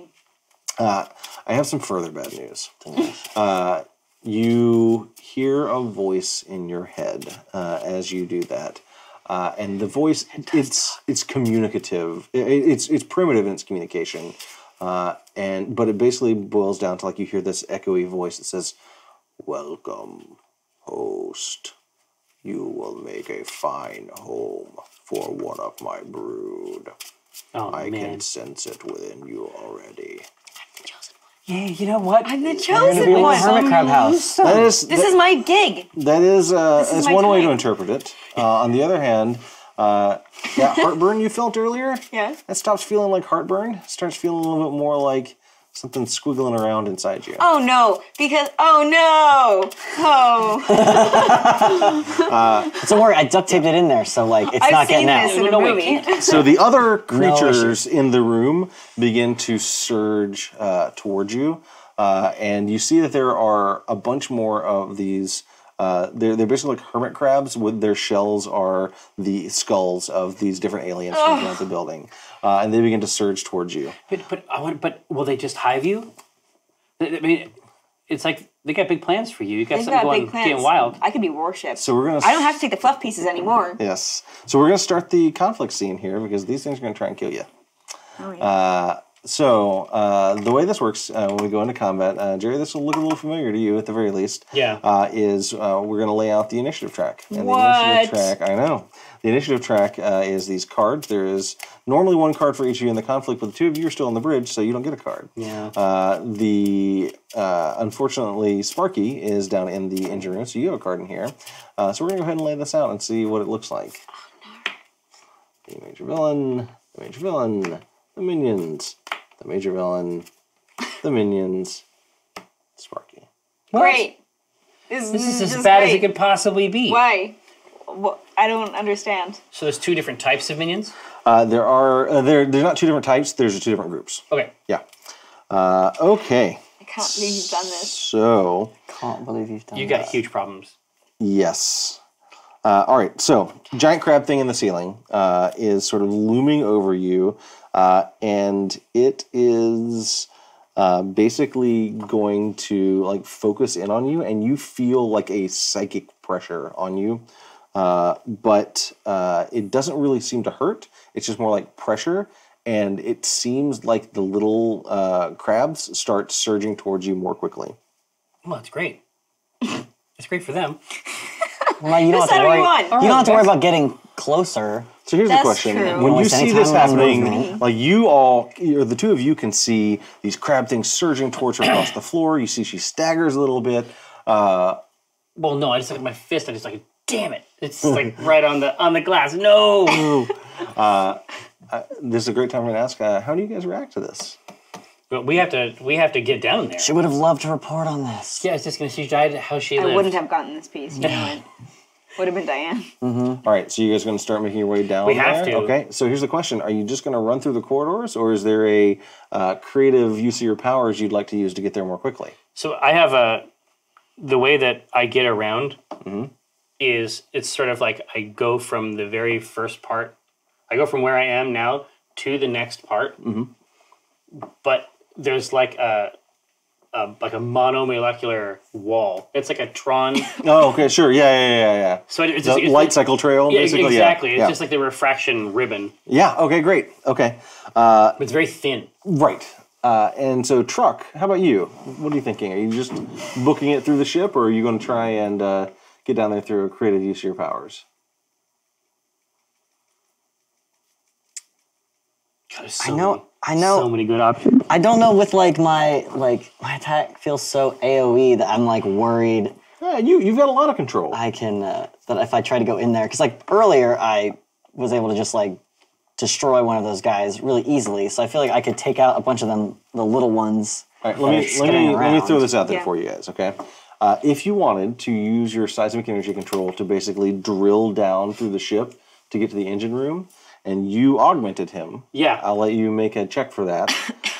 Basically, like you supercharge his seismic energy control, and if you succeed on the check, I will let you guys get there this round. Ooh. That would mean This that is we good would stuff. be a team. Well, here I was gonna say, wouldn't that be great? Yeah. And you'd love that. You're always talking about that. It's like your news team. The augmentation is gross, dude. So it gives you 4 of the good dice. So add them to your roll. Do you have 4 over there? I do have 4. Yes. Nice. Okay, so you're gonna make that roll. It's a heap. Now, we never did it before, so I put Yes. 2 of these chips on here. You put 2 of those chips on there, and that also requires you to spend a hero point because you are using the teamwork maneuver. Now, I add 1 extra hero point to my hero points per conflict for each basic power I have in my superpower, lesser power, or minor power Excellent. slots. So you have an extra one. Doo-doo. Yep. All right. So you're going to spend one of those Yep. to get to augment. to basically Exactly. perform a teamwork maneuver with him. Okay, Exactly. Great. So I'll take one of these and go ahead and make your roll. Whoa. Oh, hey there. That's high. Yeah. That's not good. good. No, Wait. that's good. That's a 14, right? Oh, never mind. I thought No, it was 100. reading was these, 14. it's I'm like not good at reading Well, percentages. Yeah, it's okay. no, It's okay. It's like if you did not do this when you were 8. Right. Yeah. It's Right here. tricky. So it's all to the G. I'll get you 100 it's cider, 14. and you'll So be good. there you go. So you get a 14. You have 2 boons. That's great. So here's what I'm going to do. I'm going to say that Bring it in, you please. are you're augmenting him. You're boon squad. burrowing down through the ship, right? And so you just basically are drilling straight down to the engine room. A blast of debris shatters into the engine room. It's both machines and computers, and also like the barnacle material. You kind of blast in, and what happens is it actually provides enough of a distraction that you're able to react more quickly. So I think for each of those boons, I'm going to move her up 2 spots in the initiative. Fun. I'm blasted. I'm just like, we're on the scene. Yeah. And then Nice looking and a wink. I'll put the 2 of you Pass down it here. over to you. All right, great. Yeah. So when that happens, Back to you, Sparky. basically you come busting in, and you're the one using the power to break in.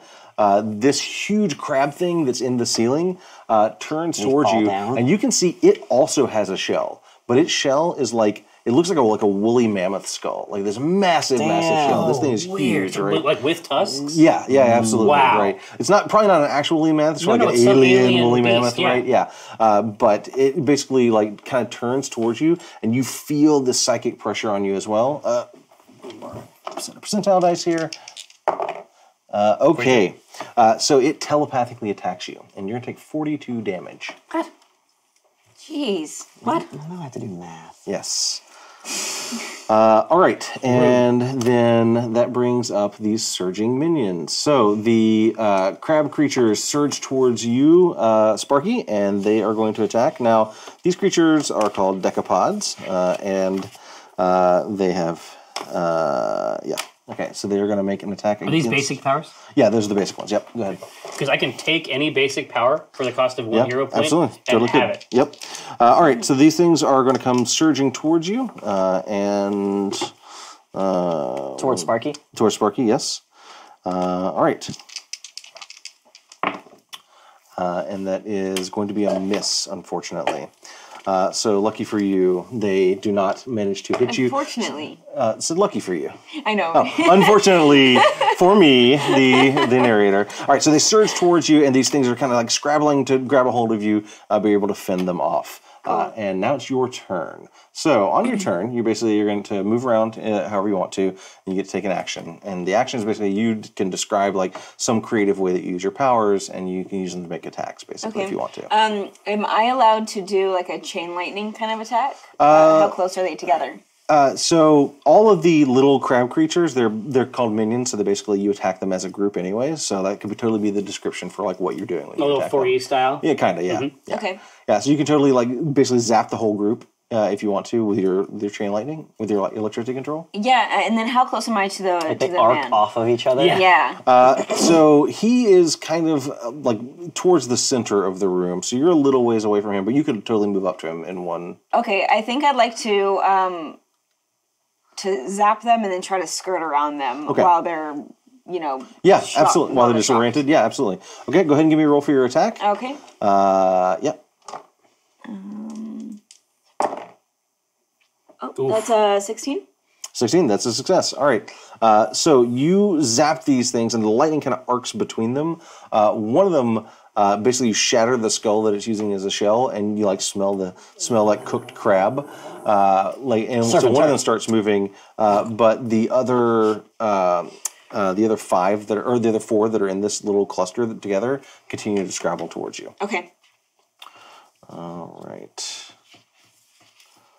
So, great. And that brings up the big crab creature once more. Oh, I realized I could have done. So this thing is going to reach out with one of its big crab claws, and it sees you moving over towards the captive. It reaches out with one of its big crab claws, and it's going to try and swipe you with it. And I keep throwing my dice away. All right.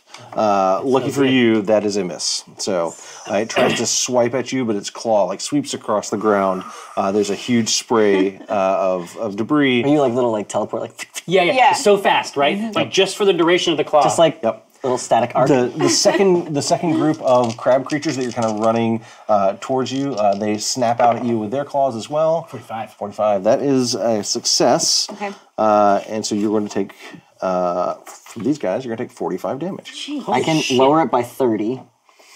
Yeah, you're probably, like, you spending a landed, like, hero right point. next to her, basically, Yeah. right? Yeah. And can I mitigate my own damage? Yeah. For future reference? Okay. Yeah. I didn't think Absolutely. I could do So it you're for going to spend a myself. hero point to reduce the damage she took by 30. Yeah, so you only take 15. Tell me what thank you. Tell me what you do to prevent that damage to her. I think I just am trying to like, because I'm always trying to build whatever's around me. I think I've grabbed whatever waste is in this room, trying to like forge it into something, like maybe a crude bat, and I just like swing and just like hit one of these claws away as it's like swiping in. Nice, excellent. All right, and then it's your turn. All right. Go on, get him. So the captive is still hanging from the chitin that's kind of ensconced him in the wall. Can or in the I ceiling. try to use my seismic energy to shatter the skull on its back, to shatter its home, On the which I'm big- assuming on the big one? Yeah, which I'm assuming is going to show its tender weak point. Oh yeah, it's the glowing orange area. Maximum damage. Yeah, absolutely. On Dude, your, it's a giant enemy crab. Yeah.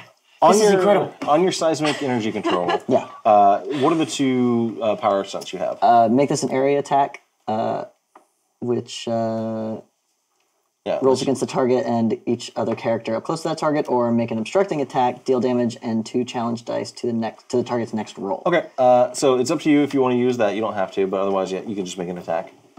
I think I'll just make an attack. For Okay, that. great. Go ahead and give me a roll. 98. All right, so 98 would normally miss, but you can spend hero points to basically increase your chance of success up to the point where it succeeds. So normally you have an 80, you can spend 2 hero points to increase it by 10 points each to 100%. If you want that hit. And then you'd deal 98 damage, but you would also roll 2 challenge dice. Oh, wow. Oh, interesting. Okay, so you can push your luck with a stack of hero points and do more damage than ordinarily you even could. Exactly. But you got to toss some black dice in. Challenge dice, I'll do that because I have a bunch of these. Because Yeah, Yeah, you have extras. That's Okay, rad. great. Yeah, we can All do right, some more. so you're going to deal 98 damage, which is great. And then I roll two of the 2 black challenge dice. dice, yeah. No whammies. Only one. One whammy. All right, so you fire your seismic energy up at this creature, shatter the skull, and like I like to think it's because I'm so angry too. It's just Yeah. like I shake and then the world shakes. yeah, you like shatter the skull on its back. Obviously harms it incredibly, right? Like it staggers and you hear a psychic scream in your mind. However, as like these shards of the skull come down at you, you sort of get hit by one of the tusks and you take 10 damage. Get glanced. Yeah, that's the drawback there. All right, and that brings up Refractor. Hey, so tell me about these craboids. Yes, so We got 2 there's cards 2 for groups of them. graboids. Yep, there's 2 Yeah. groups of them. They're sort of in like small clusters. Yeah. And one of them is a group of 4, one is a group of 5, right? And they are about the size of like a small dog or a cat. They have like the human skulls for their shells, and when they surge forward, they sort of snap at you with their claws, and it looks like they're basically like have been commanded by the big crab Yeah. to attack you, Absolutely. specifically to attack her. Indeed. That's yeah, it makes sense. Yeah. They want a piece of limelight. Yeah. Yes. Chosen one. Yeah. So I can get wild with super strength. Yeah. And because I'm a breaker, when I hit a squad of minions with an attack, I can spend any number of hero points. For each hero point you spend, reduce the squad size by 2 minions. Yep. And you can decide to do that after you roll the dice. But super strength, I can also make it a powerful attack by adding 20 to the damage or reducing the size of a squad of minions by 2 extra minions. There you go. So if I'm able to attack and hit with super strength, Yeah, you could for basically the cost of 1 hero point, I can wipe out one of these squads. almost of minions. certainly, yeah. Yeah, that's what I'm going to do then. Okay, so go ahead and give me a roll for your attack first. 70%? Yep, and tell me exactly what it looks like when you attack. Exactly. So this is everything's falling down from the ceiling. As one of these tusks is falling down, Yeah.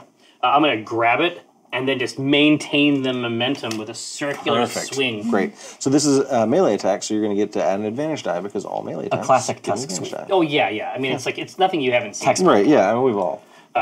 Two. Book. Who among us? My father. No. So I've got this. Yep. 70% is Yep. what I'm looking for. I got this good die. Yes, sir. And we're on it. Ooh. Yeah. All right, that's a Nice. success. So you are automatically going to take out 1. Exactly. Do you want to use your super strength I'm to going make to it a powerful use attack? super strength by adding 2 There you go. timer Yep. chips here. And so that's going to increase it by another 2, so that's 3. Exactly. And then I'm going to expend a hero Yep. point to add an additional 2 minions. Perfect. Sounds great. So this sweep just catches them all like in that sort of loving hook. Yes. And they just hit the wall. Yes, very nice. So you're going to take out that entire squad of 5, completely smash it. I'll go ahead and remove that card While as well. this is happening, Yeah. I just like kind of wiping the blood out of my eye where the thing hit me in the head, and I go, I got a good team name. How about breaking news? That's great, actually. That's really great. I also wanted to mention at the start of your turn, you were supposed to pull one of those off of augmentation. So Oh, it happens on your turn? It's so yeah, it started your good. turn. Yep. There you go. I'm writing Perfect. it down. All right, so Right now, no, it's like, but it's like it's in there, and it's like you're writing it down, like on, like, but Truck is like totally on the hand or like on the back of the Right. hand, With The the bees blood back. that I wiped out, I'm just like, but all around you, it's like crabs. You say that, and like I kind of cry a little bit because it's everything I've ever wanted. It's everything. like, I've made it. All right, big damn, break. we're getting another yeah, gruesome getting hammered here. here. So I'm gonna. I can ice minions on the reel. Yeah. So, depending on how we want to do, I guess we'll see what happens next. All right, so these minions have a special ability called They Just Keep Coming. So at the start of each round, I'm going to roll and see if they get reinforced. They do. So this squad of 4 is now a squad of 5. That's great. Another one kind of skitters in and rejoins it. And they were still chasing after you, so they are going to try and pounce upon you again, Sparky. Okay. They were going to fail this time. So you just blasted the hell out of the shell on this creature's back. So what it's going to do is it's actually going to make another swipe at you with its big claw. that sounds better. All right, that's a 72 and a boon. So that's going to be 82 damage. Oh no. Jeez. Oh, the boon just throws a 10 on Can top. Hold on. you reduce some of your damage? I can reduce it by 60, Is that enough? and then I will have 2 health. Oh my! So it's enough. So you're taking 22, and you took previously like 40 something. Oh wait, no, I'll have 6 health. Hey, that's I have great. 6 health. Even better. Yeah. That's awesome. It's Fine. 3 You're doing times fine. better than 2. You're doing fine. We're all fine here now. Just look over, What, you just writing? covered in blood. yeah. It's going to try and make a telepathic bloody. attack against you since you just smashed a bunch I of should its. try. You'll have a hard time minions. finding my diamond mine. It does not. So you're going to take 46 damage from its telepathic assault. All right, and that brings up Refractor. All right, so I am going to, as that hit comes in, I'm going to use all of my focus to just communicate that power into my strike. Okay. I'll basically just it'll be like a crystal sound. Yeah. Whereas I convert this type Martial of arts using his power. yeah. exactly this Okay, type good. of kinetic damage, and then I'll release it. Awesome. Sounds good. So start your turn. Take time token off each. Oh, this is great news. Yeah. All right. So you're going to make an attack against the group of 5 crabs. Yeah. Yeah. Great. Go ahead and give me a roll for that. It sounds like you're making a melee attack, so don't forget to add an advantage die. And I need 70% or lower. Yeah. 72. Ah. That's slightly too That's high. where. Yeah. Here. So if I can spin this, There you go. right? Yep. And because that makes me hit, so it actually gooses this as well, Yep. right? So this is now 82 Yep. points. Yep. Does that kill more than one minion? Does not. Okay, Yeah. that's fine, because for each Yep. hero point I spend, I can reduce the squad size by an additional 2 minions. So now, even though it got reinforced, Yep. I'm so glad that it got reinforced, because I didn't want to overspend. No overage. Yep. Yep. Perfect. All right. So you're going to take the whole group out? Yep. Excellent. All right. You smash through this group, basically channeling the energy back from the attack that was made against you into them. They shatter and fly to pieces. All right, we just gotta deal with this shit Yeah. and Alright. this special boy. Is You're up, Sparky. Big Boy looking pretty rough? He's taken a pretty significant amount of damage, but still looks like a giant crab that is very threatening. Is there Very anything crabby. that looks particularly weak on him? I would say What about like his big butt that was he exposed the that's right, like the that's right. like the back of it. It's a little bit of a tricky derriere. shot. So Is it gross? Is it like? Oh, is it gooey? Well, you know what I mean, like that, like you're talking about this like a hermit crab. Like, Have how you long's it yeah, been yeah. in ever there? seen? they have they're very soft where it's Yeah. covered up by the shell. But like, how Yes. long's it been in there? Like, is it like sweaty? It's not fresh. It's not great. Yeah. It's not Yeah. great. Yeah. So I would say this: if you wanted to climb up to get a better vantage point, you could. That would take you off the ground. Can I though use my electricity to? Can I manipulate it to kind of arc over? Sure. What power stunts do you have on that? So I can make this use a quick power. Okay. Or precision attack, which I want to do. That seems good. Okay. Yeah, you can decide that after you make the roll. So Okay. I would say if you want to sort of bounce it off the wall, you can totally do that. I'm going to give you 2 advantage dice because you're trying to attack a vulnerable spot, but I'm going to give you 1 challenge die because you're kind of trying to do something a little bit tricky with the arc. That sounds So go good. ahead and give me a roll with So- 2 advantage and 1 challenge. Go. Yep. Go. Perfect. And you're doing the precision attack? Yeah. So you can swap You can decide to do that after you roll. Oh yeah. Yeah. Really? Yeah. Yum. Well- Oof. Oh no. 62. Well, I make it. So you succeed. Yep. I succeed, but I still have a go on this challenge. go. Right. So I'm going to say that basically, you are able to bounce it off the wall, strike its vulnerable spot. Unfortunately, when you do so, you think that some of your electricity dissipates into the wall, so you're actually only going to do 52 damage instead of 62. Does my controller power trigger then? You can if you want to. Yes, I'll do that. That seems like a good idea. For each hero point I spend, add 2 challenge dice to each roll the enemy makes on their next turn. Great. How many would you expend? I think I'll do 2. Okay, great. So it's going to have 4 challenge dice on the next roll it makes. shit. This is great. Yeah. It's all jittered. Yes, exactly. You basically shocked its. Yeah. I guess I don't. Yep, I don't yep. have to put this. No, you don't have to. No? Cool. If you want, I'm going to recommend this because we're approaching the end of our time together here. Yeah. If you want, you can go ahead and use the quick power one, and that'll give you an extra turn this time. Yeah. Get this. Yeah, this is whacked out. Yeah, let's do it. I was reading this while you were doing the other thing. So do I put these Yes. here? Yeah, and I believe is it 3 or 4? 3. 3. Yeah, great. So get this. You That's go. bad.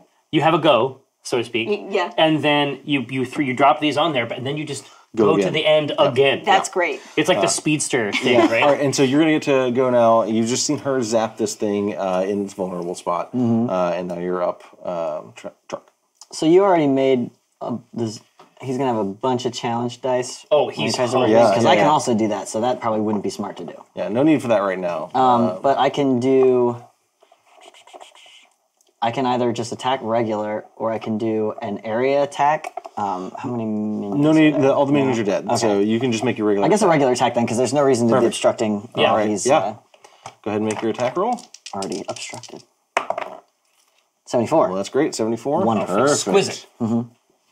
Great. All right. Yeah. So you're using your seismic control. So again, the two of you are just kind of blasting up at it from the ground. I feel like maybe like a small piece kind of flew off in my mouth a little bit. Oh, And, like, delicious. no, but like maybe I regained, Some like Protein. 5, 10 hit points. Yeah. All right. So the creature, Delicious crab. the creature's going to take a swipe at you with its claw. with 4 black dice. Going to have 4 challenge Figures. dice Here. and 1 advantage die. It's gonna go so good. Here's a bunch. Thank you. Perfect. Enjoy. There you go. There we go. All right. All dice are clear. Is there a max on that? 4? Yeah. It's 4. Okay. I literally can. All right, so it's 43, 1 boon, 1 drawback. Oh, 2 boon. Okay, 2 drawbacks. Okay, great. So you're gonna take 33 damage as this thing swipes at you. I wanted to. Yeah, did you? This sounds Did you? great. Yep, sounds good. All right, so this thing swipes at you. Fortunately, it's so rattled by your the damage you did to it that it doesn't quite fully hit you as hard as it would have. Yeah, it's Okay. nervous. I say, is that all you have? Is that all you have for me? Ravaged. Now you're back up. Oh yeah. Hey. Yeah, you get to go again. More at 11. And since it's the start of your turn, take one of your time tokens off of your. Oh yeah. Already. Yep. That's great. Okay. I think at this point, I would like to.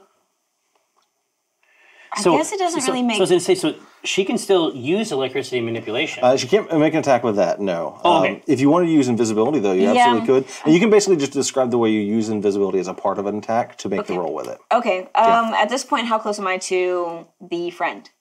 You're right next to him. Okay. I would like to Our good kind friend. put the helmet on top of him. Okay, you do. It doesn't quite seal correctly at first, but you can kind of lock it in a little bit. Okay. Looks like a different kind of helmet was supposed to go on it, but Yeah. you can kind of jam it on there. You can get that seal. I'm over there with the duct tape, like, Gotcha. Yeah. Yeah. toss it over to you. Yeah. Does that work? Sure. Yeah. Okay. Yeah. So I'll do that. Yeah. Okay. and- yeah, you can just do that. No Is that problem. good? Yeah. Okay. That's fine. And that's probably gonna be your action though to do that. Yeah, Okay. sounds Great. good. Perfect. Right, so we're tearing this thing up. Yeah. It's in bad shape. Is this going to be the round where we get to go at the beginning? I hope so. I don't know, It'd Rodney. be good for you. This is up to you. Does anybody don't have know. powers to heal? Don't think you guys have a support character. Not in the classics. Good idea. Not in the But classic sometimes sense. if you roll boons, one of the things I can do is give you resistance back. Goose you. What happens if I Oh, drop that's good for you. to 0? Oh, that's good for you. That's less good. That's fine. And that's less good. And that's less good. Oh no. All right. Well, All right. So No, I have a solution. refractor. I have a solution. It's going to be. Have you ever seen a prism tank in Command and Conquer Red Alert 2? Yeah. Right. So just imagine that the light. Imagine that like the light is coming into me, and then it ping pongs off of me and into Truck, Yes. and then Truck is goosed with power beyond. Yeah. So basically, when I use my augmentation ability, you use your attack, but with 4 white dice. Mm-hmm. And so you get to do your attack on this thing. on your turn? Yeah. Exactly, but with 4 white dice Yeah. Okay. in the tray. Yep. Go ahead. So this, I feel like this could be very good. Yeah. 71. It is very good. Oh, it's And incredible. it's one One boon? Great. All right. So you sort of take in the light and then focus this beam of augmenting energy on Truck. Truck, you feel just supercharged, right? Almost like the seismic energy is trying to leap out of you. Why don't you describe what it looks like when you blast it? I think And to be clear, you're taking it out. I think my eyes go white as like this light is hitting me, and I'm like, as I get angry and like start using my powers, you can see like the veins in my arms kind of stick out, but like they're white too. Like you can see, like it looks like there's weird. light Just inside of them a right- little bit. yeah. Like it just even yoked, just right from the gym, and so as I do that, this thing just kind of like starts to vibrate and then just like shakes apart. Very nice. All right, yeah. So like you shatter the crab queen. And crab yuck is basically. just no, right now. It's no, raining great. down. I say coverage you can count on. Yeah, get the Full butter. coverage. Get the butter. Wow. So It's in the forecast. yeah, so because we're running a little low on time here, I'm Yeah. just going to sort of fast forward a little bit.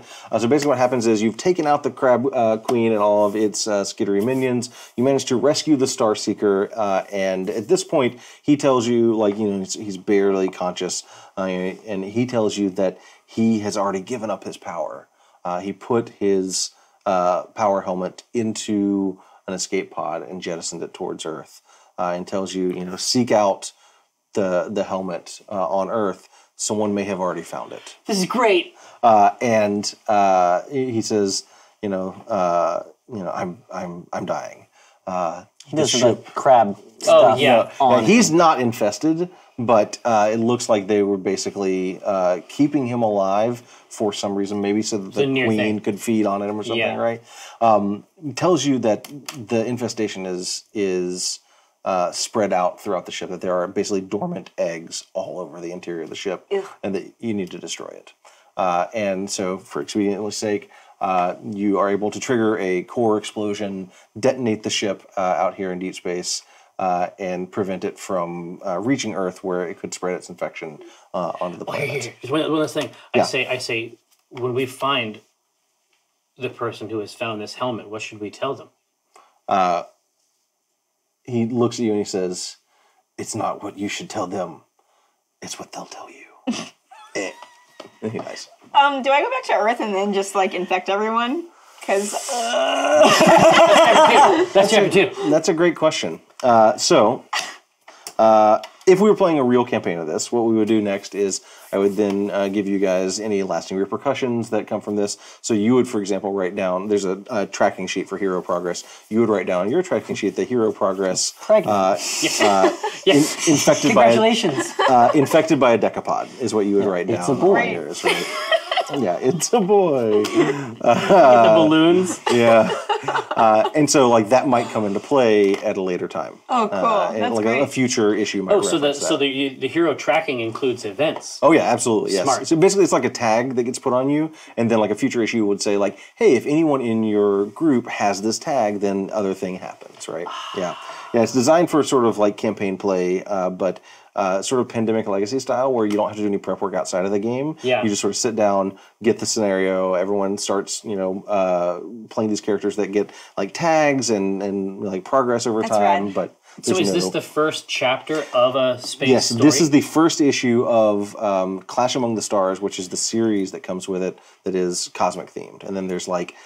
Eldritch Mysteries is the one that's like sorcery and magic themed. So like Doctor Strange and also like Hellblazer and stuff like that. That's Or neat. the occult. yeah, exactly. And then there's Streetlight Knights, which is like all your street level heroes. So like your Luke Cage, Heroes for Hire, but also like Batman and stuff. And then there's Explorers of the Unknown, which is sort of your Fantastic Four, Avengers, super science-y type Right, stuff, right? right. And so Silver each one of Age. the, yeah, exactly, very, very much so, right? And each one of those is a full like 12 or 13 issue campaign.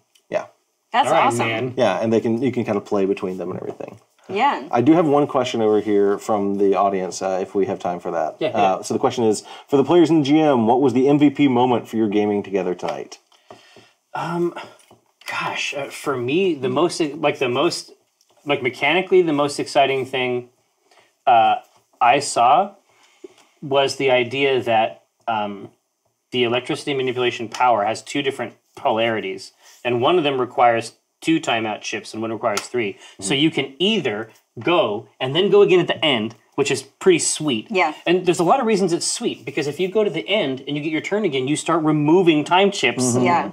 That's fucked up. Yeah. But It's self-perpetuating. oh yeah. It's a cool thing, but also you could use it as a precision attack. So if you roll the wrong kind of percentage, Then you can just swap you it. can flip it, swap yeah. the 2 Yeah. numbers. Yeah.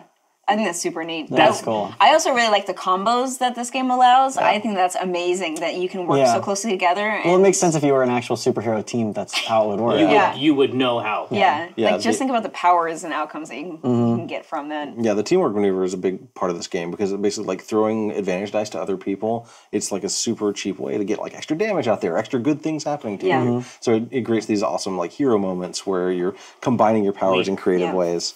Yeah. Yeah, your augmentation. Yeah. That's good, though. Yeah, I like that my main power is to give other people attacks. Yeah. Like that's the sort of character I like to play. I always like to play support, but this is like playing support in an aggressive way. Yeah. Yeah. And the dice system kind of reminds me of Edge of the Empire a little bit.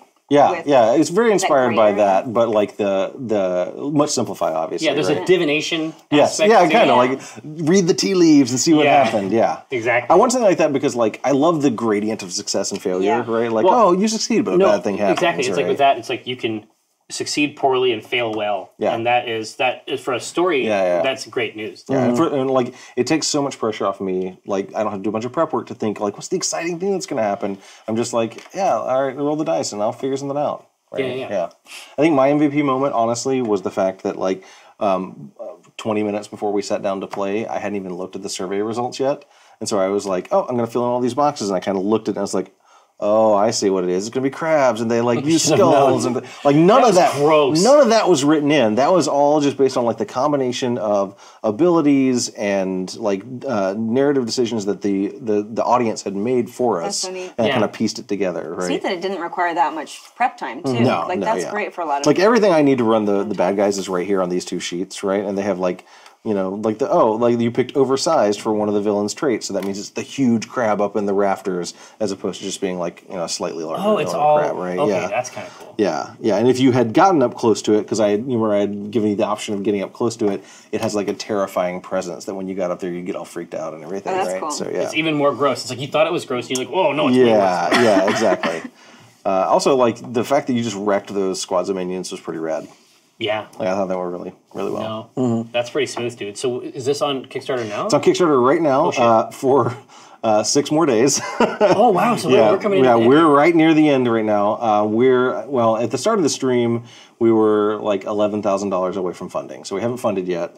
But we've got some good momentum, and we're in like the last week, like I say. So Yeah, super That's cool. close. I'm That's pretty great. excited about how it's going. Well, thank you very much, Rodney, thank for you for coming having through. me. If you like what thank you you. saw, where should they go to check out more? The best place to go is right now to hit up the Kickstarter, and you can get there by going to tinyurl.com/spectaculars-ks. That works. Which is easy to get. Yeah. Or just search on Kickstarter bet for Nightbot got Spectaculars, right? Yeah. Yeah. Here, okay, so thanks everybody else for playing also. Yeah, Thank you this so was much. great. Thanks, Yeah. Rodney. And thanks for of having course, us. thanks, Josh, for rocking the decks. And thank you too, chat. We'll see you next time. Thank you.